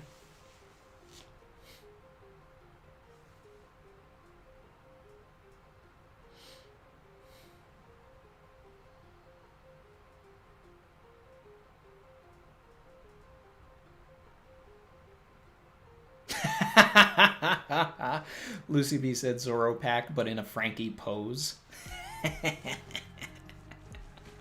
Need it. See, that's the kind of gag I want. That's what I want. Oh, man. Do we think Izo's gonna die? That'd be kind of crazy. Izo doesn't really serve a purpose, in my mind, beyond Wano, so they could. If Oda wanted to have Izo be one of the deaths, I'd be okay with it. Because Izo's had a great showing in Wano to begin with. I think Izo's like one good moment short of greatness, and I think that this is where that moment could come. But yeah.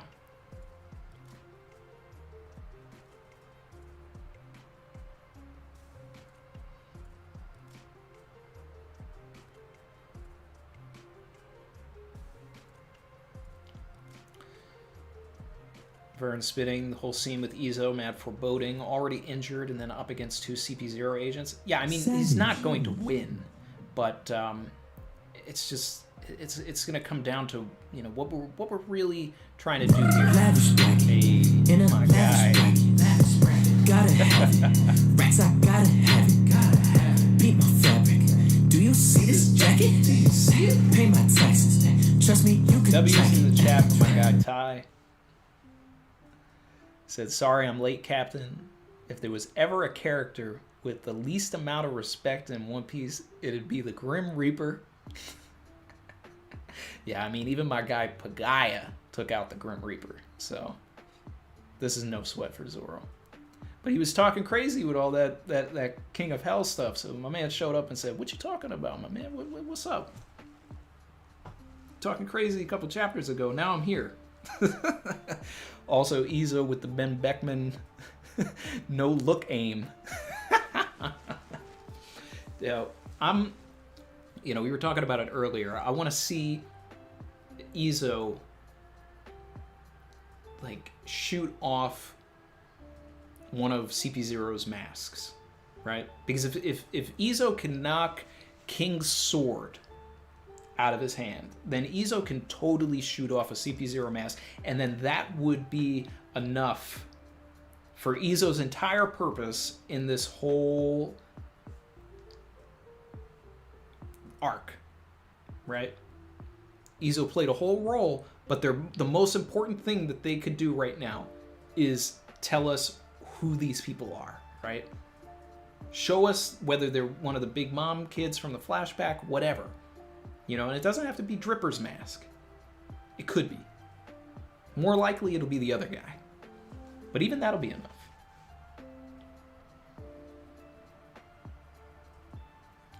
You know, we'll get that chapter end shot just like we got of like King with the, you know, with part of his mask off.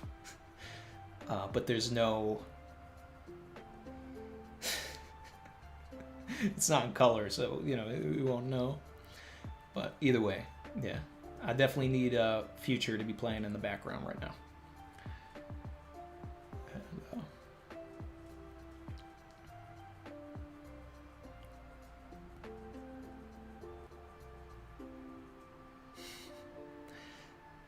Nah. We don't need Vern and Ty fighting here. It's all love. Twin pillars of Savage. Vern and Co. and Ty. That's facts. They deserve all the W's. Let's see.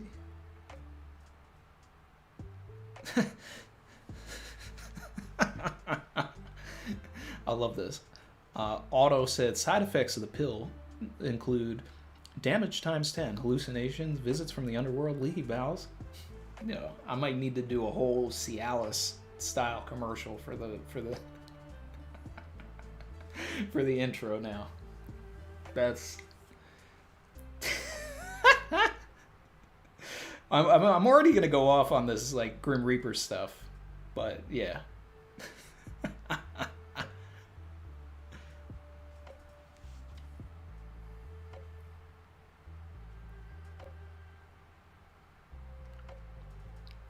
On God said, as always, your streams are so calm and relaxing. Appreciate you. Appreciate that. That's all it is. It's just, you know, I try to keep, you know, friendly environment over here. We're just sharing our love about One Piece, talking about things, where things can go, right? Have I read or watched Kaiji at all? I have not. I'm actually completely unfamiliar with it. Ty said Vern would split the sky on his own. definitely Yonko energy in the chat today, guys. Definitely. Vern said, "Nah, my guy Ty fell off a sky island and landed in Laugh Tale." Shrugged it off and said,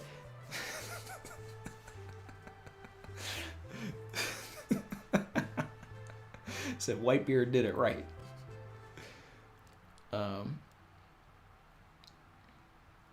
Evo said these streams allow me to do my dishes while I have something to listen to. Hey man, whatever gets you guys through the day. This allows me to just get my ideas out. Another one. A gambling series, a fantastic manga named Kaiji. Interesting. Old Green Knees said I skipped a super chat. Sorry about that. Oh man.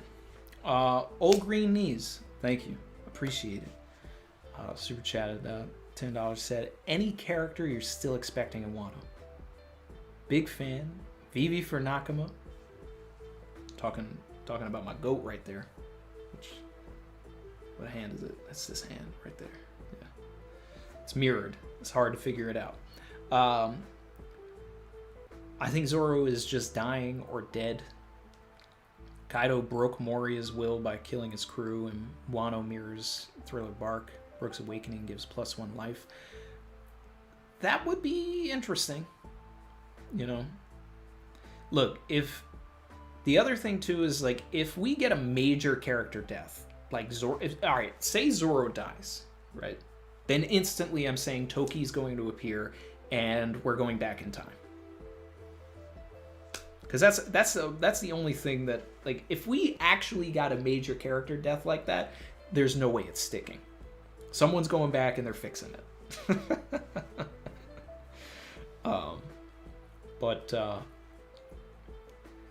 Characters that I'm still expecting in Wano. Savage. I think the Revolutionary Army has the most ties to Wano.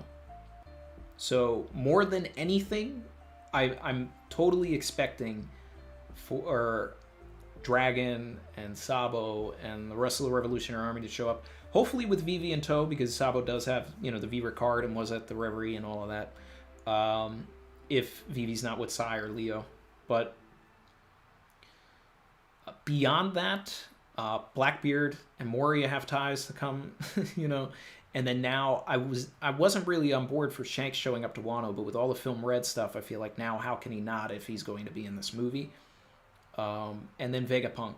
And the Revolutionary Army are sort of tied, right? Because Vegapunk is tied to all of these themes of Momonosuke, and then I think Vegapunk could be used to give us a lore dump on the Lunarians, a lore dump on Mads, have a conversation with Sanji, Frankie, Momonosuke about their fruit. Like that, those three characters have to have a conversation with Vegapunk before the story is over, and it could happen in Wano. And he could be on one of those government ships. So, who do I want most in Wano? That's Vivi, but we'll see. We're definitely getting Vivi at least by Elbaf. And sorry about missing the chat, but I always go back and find them. Thank you for mentioning that it was there. Mojo Ryzen, member for 8 months. Thank you, man. Said, imagine Zoro has to fight the Reaper, and when he wins, the Reaper tells Zoro he'll be back. He fights the Reaper, he wins, and then the Reaper says, all right, you can be the king of hell. I just had to test you, right quick.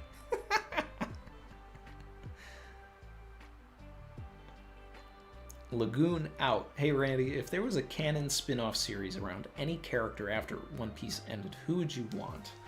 I think the only thing that would work, not necessarily what I would want, because I think that would be a different thing, but I think what would work is getting a story of Shanks from the disbandment of the Roger Pirates to when he meets Luffy. I think that would be a fun thing to see, and the ending could be like, all of this build up about Joy Boy and everything like that, and then finally like meeting Luffy. So that would be a fun series to get.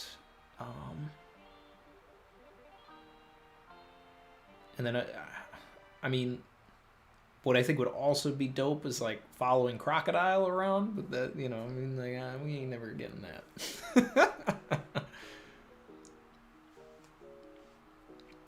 Ty says, so who's stopping the fire monster, Yamato or Marco? I think that Yamato is going to put up a valiant effort, but Marco is going to pull up and sacrifice himself. He's going to jump into the flames. He's going to do some Phoenix stuff. He's going to turn into ashes, rise from the ashes, Phoenix style. Vern said he's got to bounce. His break's over. Catch you on the next one. Thanks for stopping by, brother. Appreciate you. Emil Diaz. Could a flying character like Kaido fly to Laugh-Tale? I guess they would still need to find the place. But why sail when you can fly? It depends on if Laugh-Tale is actually an island. Is it on the moon? Is it under the water? Is it, do you have to align all of the poneglyphs in an area and then have the sun hit the poneglyphs in a direction so that it opens a portal into a secret world that takes you to Laugh-Tale? Who knows?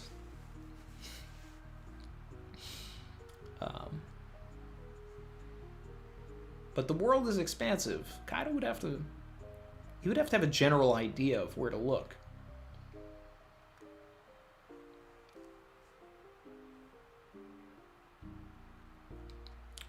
Someone's talking about the live action has a R-long on IMDb. Don't trust that until there's like an official listing that says it. IMDb is like Wikipedia and it can be manipulated. For the most part, IMDb, should be trusted. But anything that you see, go back a couple of days later and see if it's still there. Because IMDb does like curate it and go in and be like, wait, hold on, this isn't right.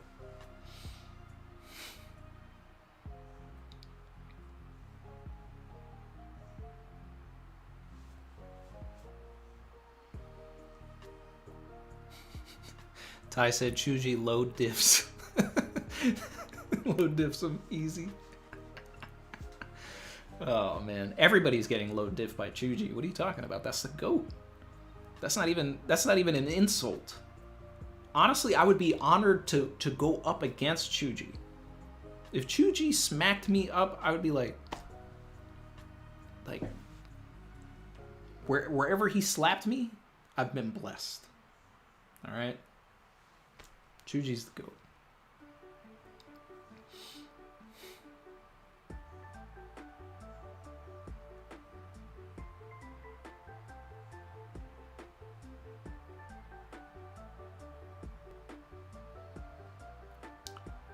Kenshin remake. They're remaking the anime?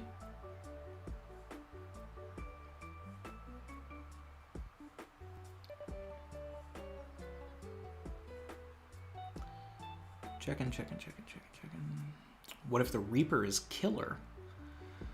And he's hallucinating it, and they just think so. I mean, that would be interesting. It would give Killer something to do, but I think Killer's priority would be finding Kid first and foremost.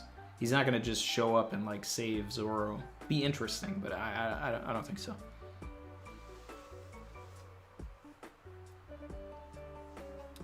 Random guy said they'd love to see Whitebeard's story. Galaxy Vita said Noland. Both of those are great options.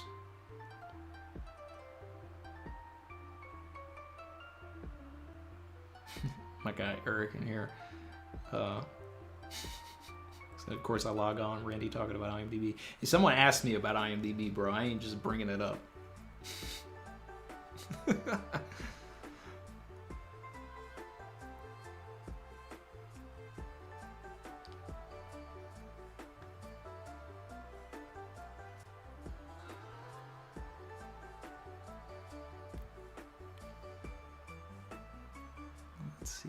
Let's see. Chuji versus Tama's Teapot? Chuji versus Bumbuku? That's fight of the century right there, guys. Come on. That's SSS plus tier fight. Don't off-screen that, Oda. I need that.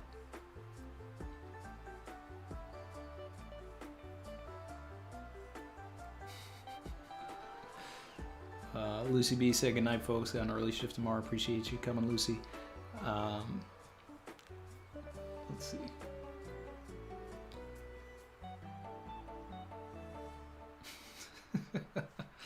All right, so I'm going to take a look at this chapter again. I'm going to scroll through it because I haven't done. I mean, we've had so much to talk about that I haven't even had the opportunity to go back and like re-look at everything. Obviously, this Grim Reaper panel has me like up here, so. Shout out to Destroya. Said plot twists. Next chapter, Death is going to start talking to Zoro in all caps. Think about it. With Zunisha and Wano, One Piece, and Discworld crossover for real. I'm going to need this talking in all caps thing explained to me. The teapot ends in failure. How can the teapot end in failure? Savage.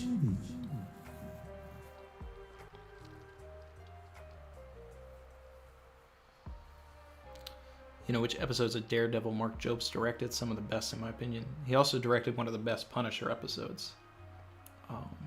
So he's done a lot of the Netflix stuff, and I've done some work on them too, but I did not work on any of Mark's episodes.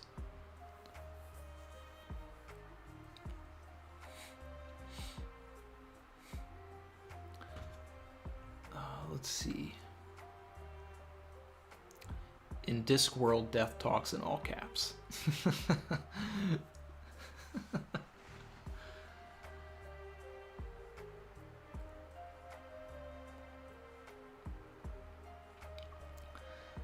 So I'm zooming in on the Grim Reaper here, and I can see why everybody's talking about Brook and all that stuff. It really does look like Brook, but it is not Brook. And I don't think it's going to be a Brook gag either. So, alright, so we start with Raizo, Fukurokuju. We got the heat on feet, bro.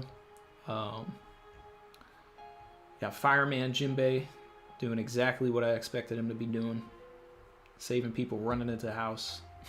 He just needs to put some of the flames out with some water. Geezer Chopper reminding us about the cost of Zoro's actions. You know, drugs are bad, okay?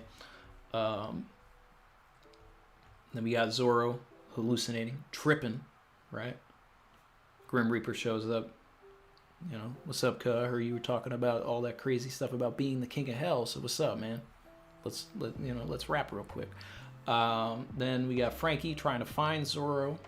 He'll probably either run into Sanji first and get the Denden Mushi, or he'll get to Zoro. And using Frankie as a perspective will let us know if this is all in Zoro's head, or can Frankie see the Grim Reaper as well. Savage.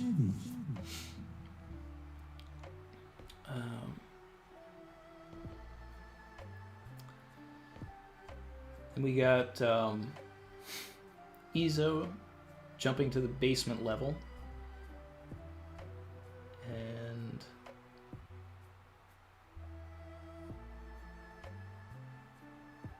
you know, I'm a little disappointed in Izo for getting damaged by those guys because they're all fodder. I mean, he's like, yeah, they're still members of the Beast Pirates, but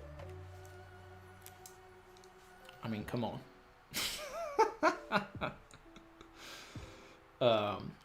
Loving this CP0 stuff. Loving this shot of Izo just, you know, no questions. But Cypherpole's giving him the respect, though. You know, he's saying, hey, I know you're Izo, so we've got other business to take care of. Our princess is in another castle, so we'll catch you later. But Izo remembers what the old man said in Marineford. Without saying it, it's implied. Protect Straw Hat Luffy. So we got Yamato. Savage. I really like this Yamato section, by the way. I really like it. I like the art. I like the aesthetic of just this room. I like the way that it's drawn. I like the perspective that Oda uses in this shot, where we see Kazembo looming down. We see the bombs. We see Yamato coming in from the side with the steps. Like, it's just very, the geography of the panel, like, I understand exactly where we are, what's going on. It reminds me of like classic One Piece paneling and geography, because a lot of stuff has been very close in Wano, and that's something that's really awesome to see. Yamato freezes the bombs, got away from Marco to come in, and unless Marco helps Izo and we get a 2-on-2 fight with CP0, but I still think that Marco's got a role here with Kazembo.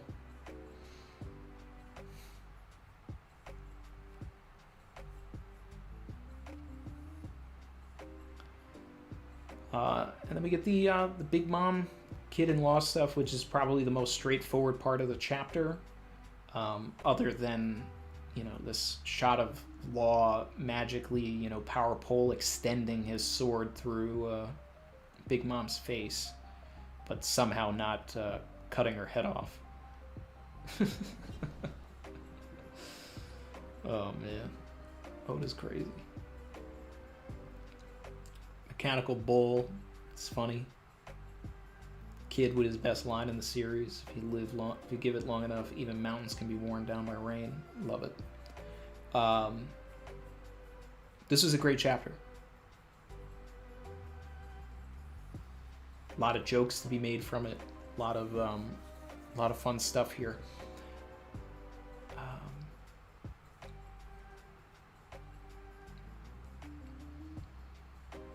really like this one.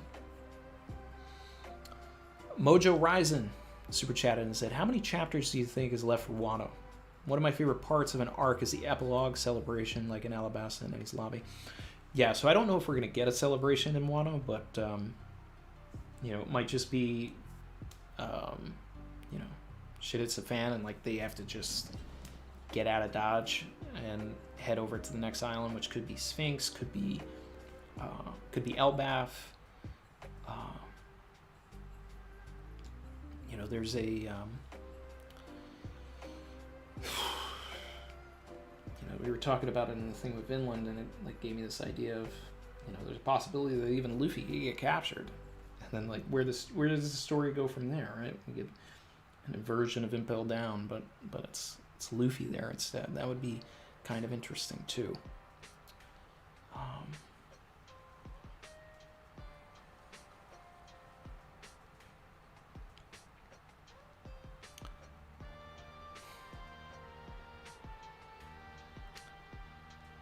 Eric and you and Chrissy hear about Yellow Jackets Season 2 premiering at the end of the year. Oh yeah. Yeah, they're rushing back into production to feed these streets by the end of the year, and I need it. I need it. If you guys haven't seen the show Yellow Jackets on Showtime, check it out. It's a lot of fun.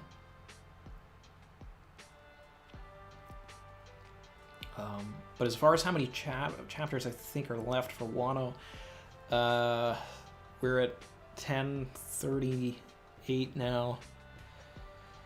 You know, it's so hard to say. But I want to say we're somewhere in like the 20 range, because there's still so much stuff to figure out.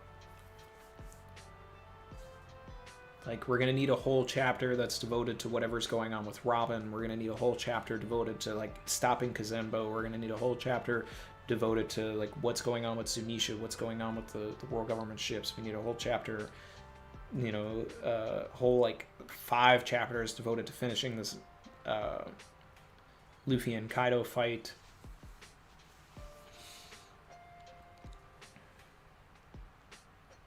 There's a lot. There's still a lot.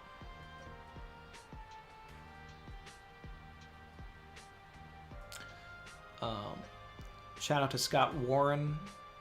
We'll see Dragon in Kaido's flashback with Zebek, revealing that Dragon is actually Zebek's son, and Luffy is Rocksteady Luffy, going with the Wano theme. Yeah, so that's the theory that I saw from Dawn of the World, and I love that, and it's my headcanon now. And then I think that, but to add on to that, I think that Zebek was Lunarian, and then that's why Luffy is able to use things like Red Hawk, because he's able to tap into the fire as like a half Lunarian, you know, but because he's half or whatever, what have you, he doesn't get the wings and stuff like that. So, but, you know, it's possible that Dragon has wings. I'm just thinking about this now because we've never seen his back, and he stays cloaked, so he could be hiding his wings and trying to hide the fact that he's a Lunarian. But then again, you know, same thing, like Zebek had a jacket too, so he could be doing that too.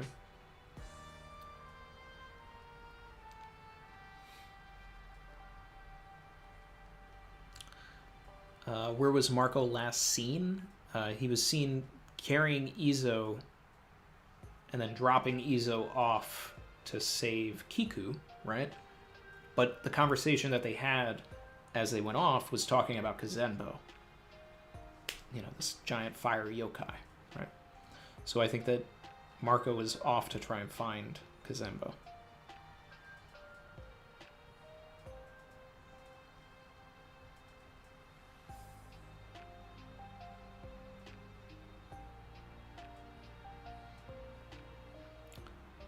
Galpaleg said, what does it mean, my headcanon?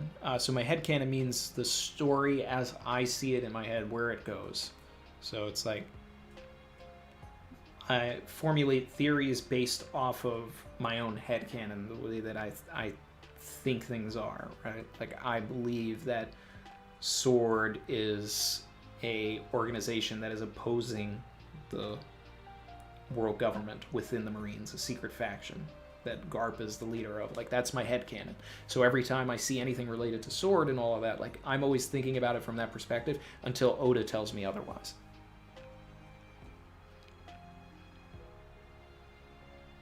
So things like that. Randy, have you talked about the new One Piece opening? Yeah, there's actually a video on the channel where I clipped from a stream where I watched it live and then talked about it, and then I put it up as a VOD.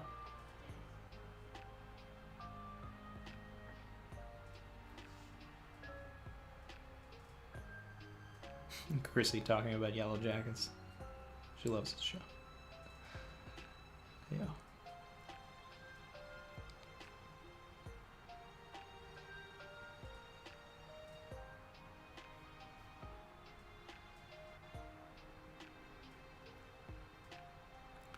Let's see. Mr. Passage, do you think that there are some gags that'll come back around making sense, like Luffy healing himself with eating meat? Possibly has to do with Lunarian DNA as an example. Potentially, you know, if it has to do with... I mean, there's that theory out by Uteron that, you know, he thinks that Luffy's fruit is actually like the oil fruit or the fat fruit or something, so that if he was eating the meat, then he would be regenerating that in that sense. He's also of the belief that the Gorosei is talking about Luffy's fruit, you know, being this thing that they're worried about awakening. My only issue with Uteron's theory to begin with is, like, there's no story purpose for it. If Luffy had the oil fruit, or if he had, you know, the fat fruit or anything like that, like, what, like, if that was the true name of it, what does that mean? Like, you needed to erase that, right?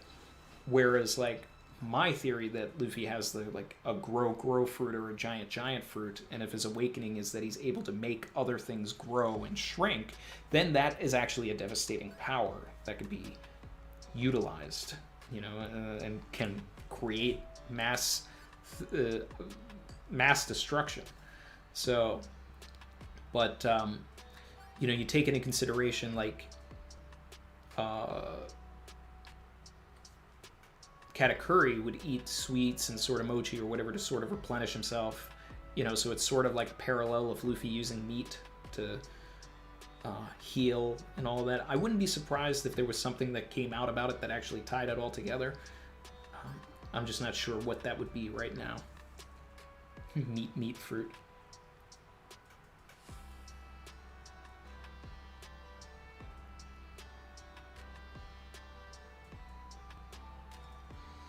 Yeah, it's just, you know, the only thing I liked about Uteron's theory was that it would tie into Luffy, like, naming his attacks after weapons and gears. And then it was just like oil or whatever. And then that's following their headcanon of Emu having the water fruit, which is a lot of people's headcanon, you know, because Emu backwards is Umi, which is sea in Japanese. So, I mean, there's something to that. It would be broken for the, you know, the final boss of the series to have the water fruit. And then oil versus water, but there's nothing in the story that makes that necessary, and it doesn't, like, follow in line with growing and expanding limbs and things like that. Whereas, like, if it's actually about turning into a giant or anything like that, then it matches.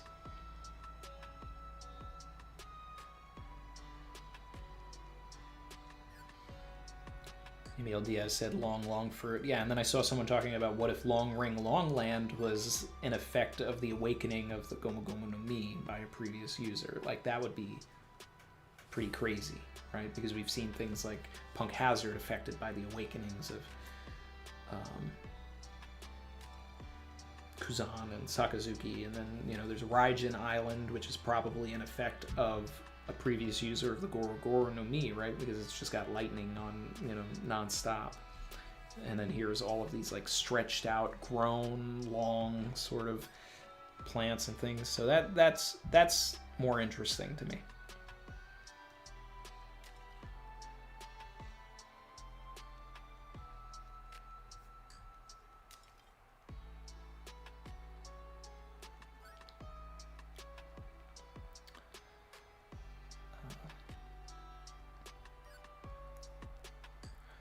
Ty said, personally, I thought it was hinting, I think he's talking about Uteron's theory, I thought it was hinting towards Luffy being impervious to the effects of the sea at first. Now it seems like a gag, like Emil said.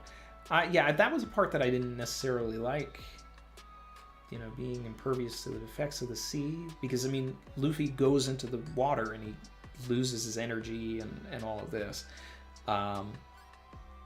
If he was really oil, he would float and he would stay at the top of the water. So, you know, that's sort of a hole in that theory.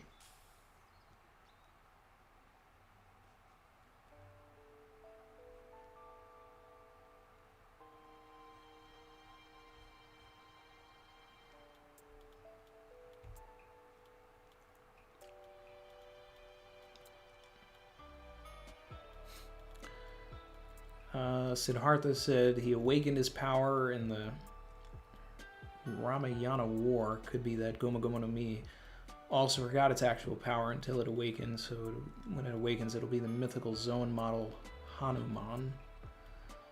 In Hindu mythology, there is a god Hanuman, Monkey King. He is the son of the god of wind, Pawan. All right, there's an actual connection there. Also, Luffy's father is dragon, often associated with wind in the story. Hanuman has the power to be as big as a galaxy and as small as cells. Once he became so big, he mistook the sun as a fruit and tried to consume it. He received a curse and then forgot his power until he awakened his power in the Ramayana War. Oh, okay. Maybe. Yeah, I mean, there's probably something to that. I like the connection to the dad being the god of wind, because it's my headcanon, you know, still talking about headcanon here, that, and it's a lot of people's headcanon. It's been the headcanon since we met Dragon, that he has the wind Logia. Zoe 101, have any of Uteron's theories actually come true? I feel like he's overhyped just because he's popular in Japan.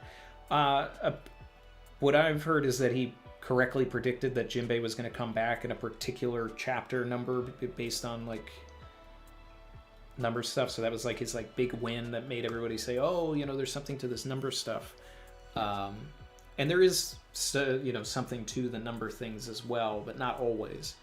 And then obviously there's like the O'Hara made him way more famous by like taking his theory and then putting it on YouTube in English.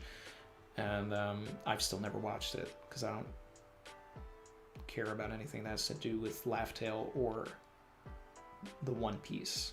You know, I've said it plenty of times. I'm like Luffy. I don't want to know. But people have told me anyway. And I don't think Eni's Lobby has anything to do with Laugh Tale.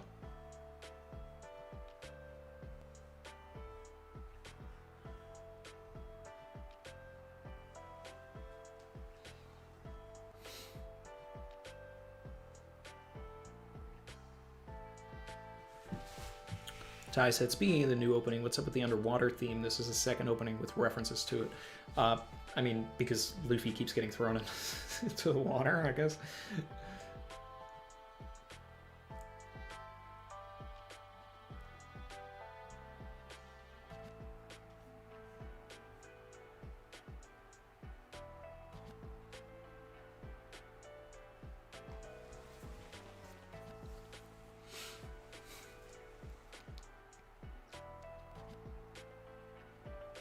Phantom SSJ said, hey, Randy, very late to the stream. Need to watch it later. Check the pinned comment for the new VOD channel. The stream will be uploaded there. But all members will have access to it as well. You know, the stream will be members only, and then the VOD will be accessible to everybody else on the Randy Troy channel. So.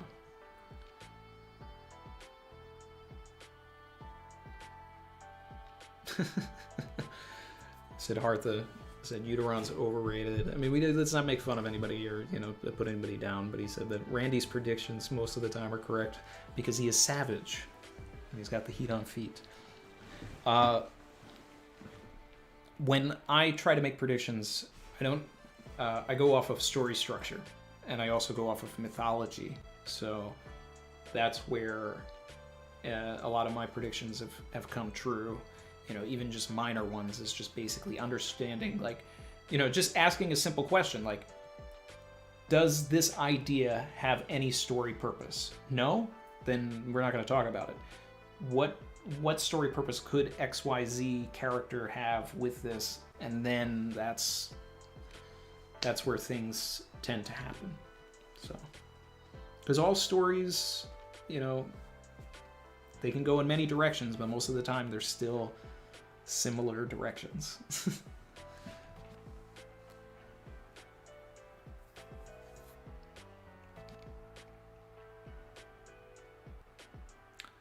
Creation backyard room tour, Randy. Well, I'm not done yet. You know, still trying to set things up and get all of the other figures out of the boxes and create different dioramas and things. But at some point.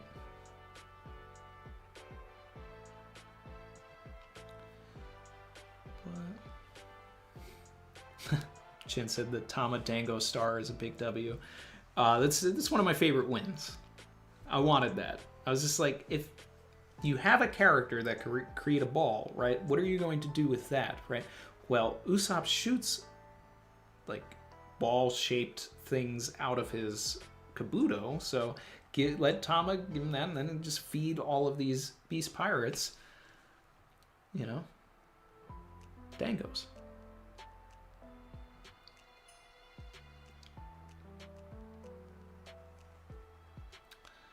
Without saying, are you planning on to post different videos on the second channel?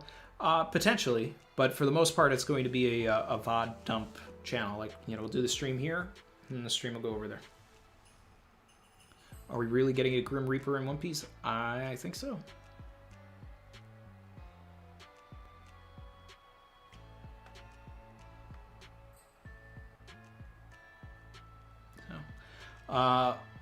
Let's see where we are in the stream. We're at okay, so we're past the 2-hour mark that I usually, you know, keep at. I think I'm going to start wrapping things up here, guys. Any last thoughts that you guys have that you want to get into? And probably in the next couple of minutes here, I'm going to end the stream. So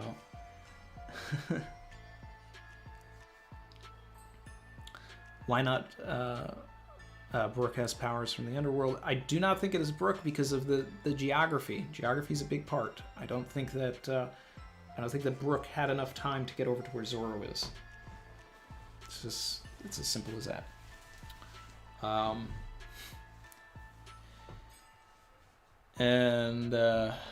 right, Chin wants the 1039 spoilers. More Kid and Law versus Big Mom.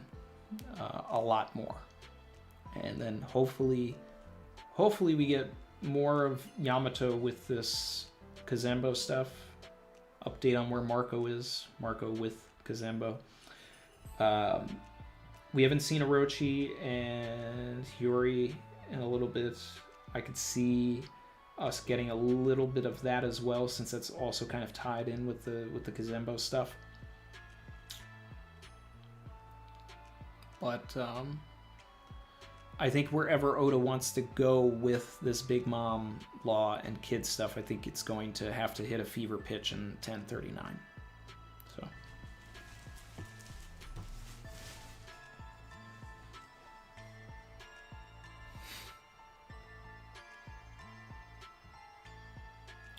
But what I would love more is getting an update on Robin and Brook.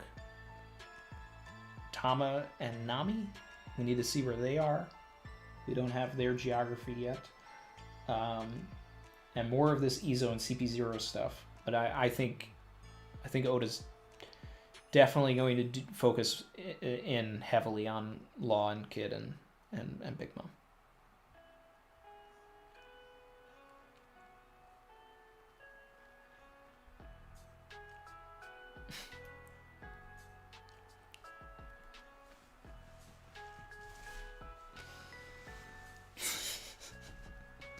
Geography is everything. Savage 101. Bill said it's time to show Denjiro's whereabouts. I think Denjiro's lost. He's in another manga now. He's not. I'm tired of saying Denjiro's going to show up because he never does. So when he does, I'll just be like, you know. I mean, it was kind of like the Jinbei thing, but I figured it was kind of time for Jinbei now, because, like we talked about a couple of chapters, 2 chapters ago, when we got the whole vignette of half of what's going on in Wano. I was like, okay. Next, we're going to get a vignette of the other half of what's going on in Wano. Oda broke that up with a chapter of Luffy versus Kaido, then gave us that, and then, but now we still have not seen Robin and Brook and Tama and Nami, so we have to catch up with them to get their geography, and but Oda's not going to miss an opportunity to focus in on Law and Kid and Big Mom.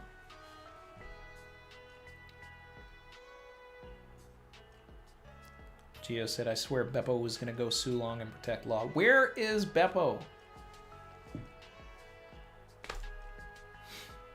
Like, bro, do something. Do something. Anything.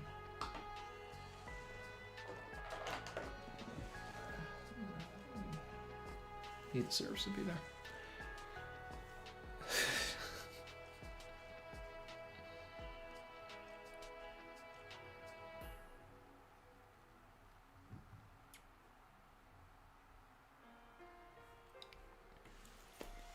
All right.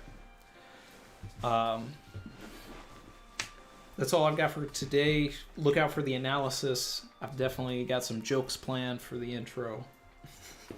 Gotta figure out how I'm going to organize it, but it's going to be fun. Let's see. Cosmo Candelaria said, any last minute thoughts on the live action?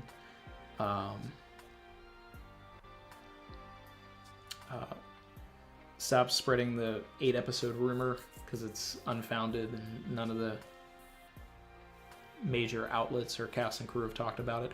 And I did recently, yesterday, I put out a live action video where I talked about ships and a recent leak of an image of a ship, so you can go and check that out.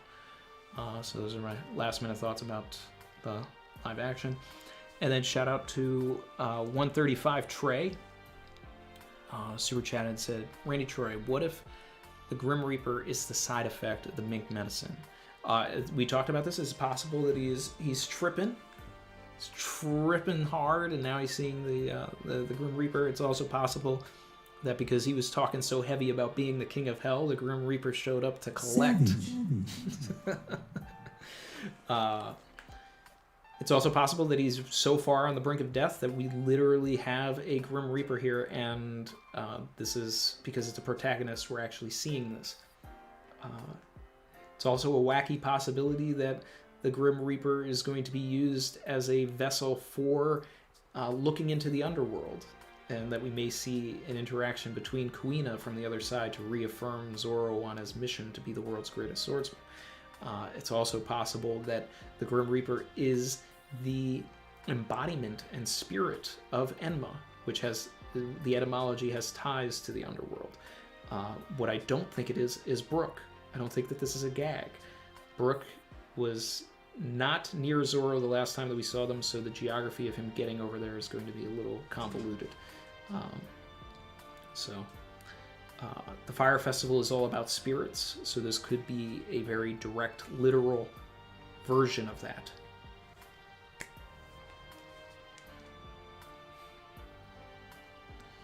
And Bill Papp said, I think it's Zoro's path to reaching a Black Blade. We talked about that also. If he has some sort of like meeting with the spirit of Enma, right, then they could start talking about it becoming a Black Blade. I think that the sword needs to accomplish its goal, though. Like, for the Wado to become a Black Blade, I think that it truly should happen after Zoro is literally the world's strongest swordsman, and that Enma's should turn black once the borders of Wano are completely and fully open. But I could see Enma going black if it's just been fully trained by Zoro. But that's going to say a lot about Odin, though.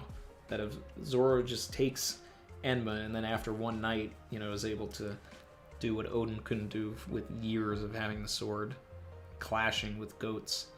So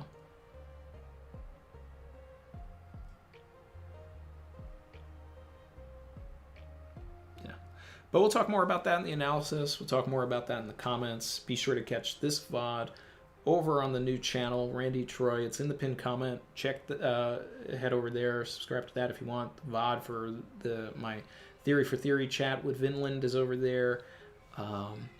And yeah, thanks for all the support, guys. Thanks for supporting me here. Thanks for supporting me on the new channel. Eventually, you know, once I'm, you know, I'm not, eventually, you know, very soon, I'm going to create another channel where I'm just going to talk about different adventures and stories that I've had in real life on like movie sets and things like that. So that's something I've been wanting to do for a while. But just going to focus on all of this for for right now until I figure out what the background I want for all of that to be. But thanks as always, guys, and appreciate you being here. And I'll see you guys on the Discord. I'll see you guys in the comments. And have a good day.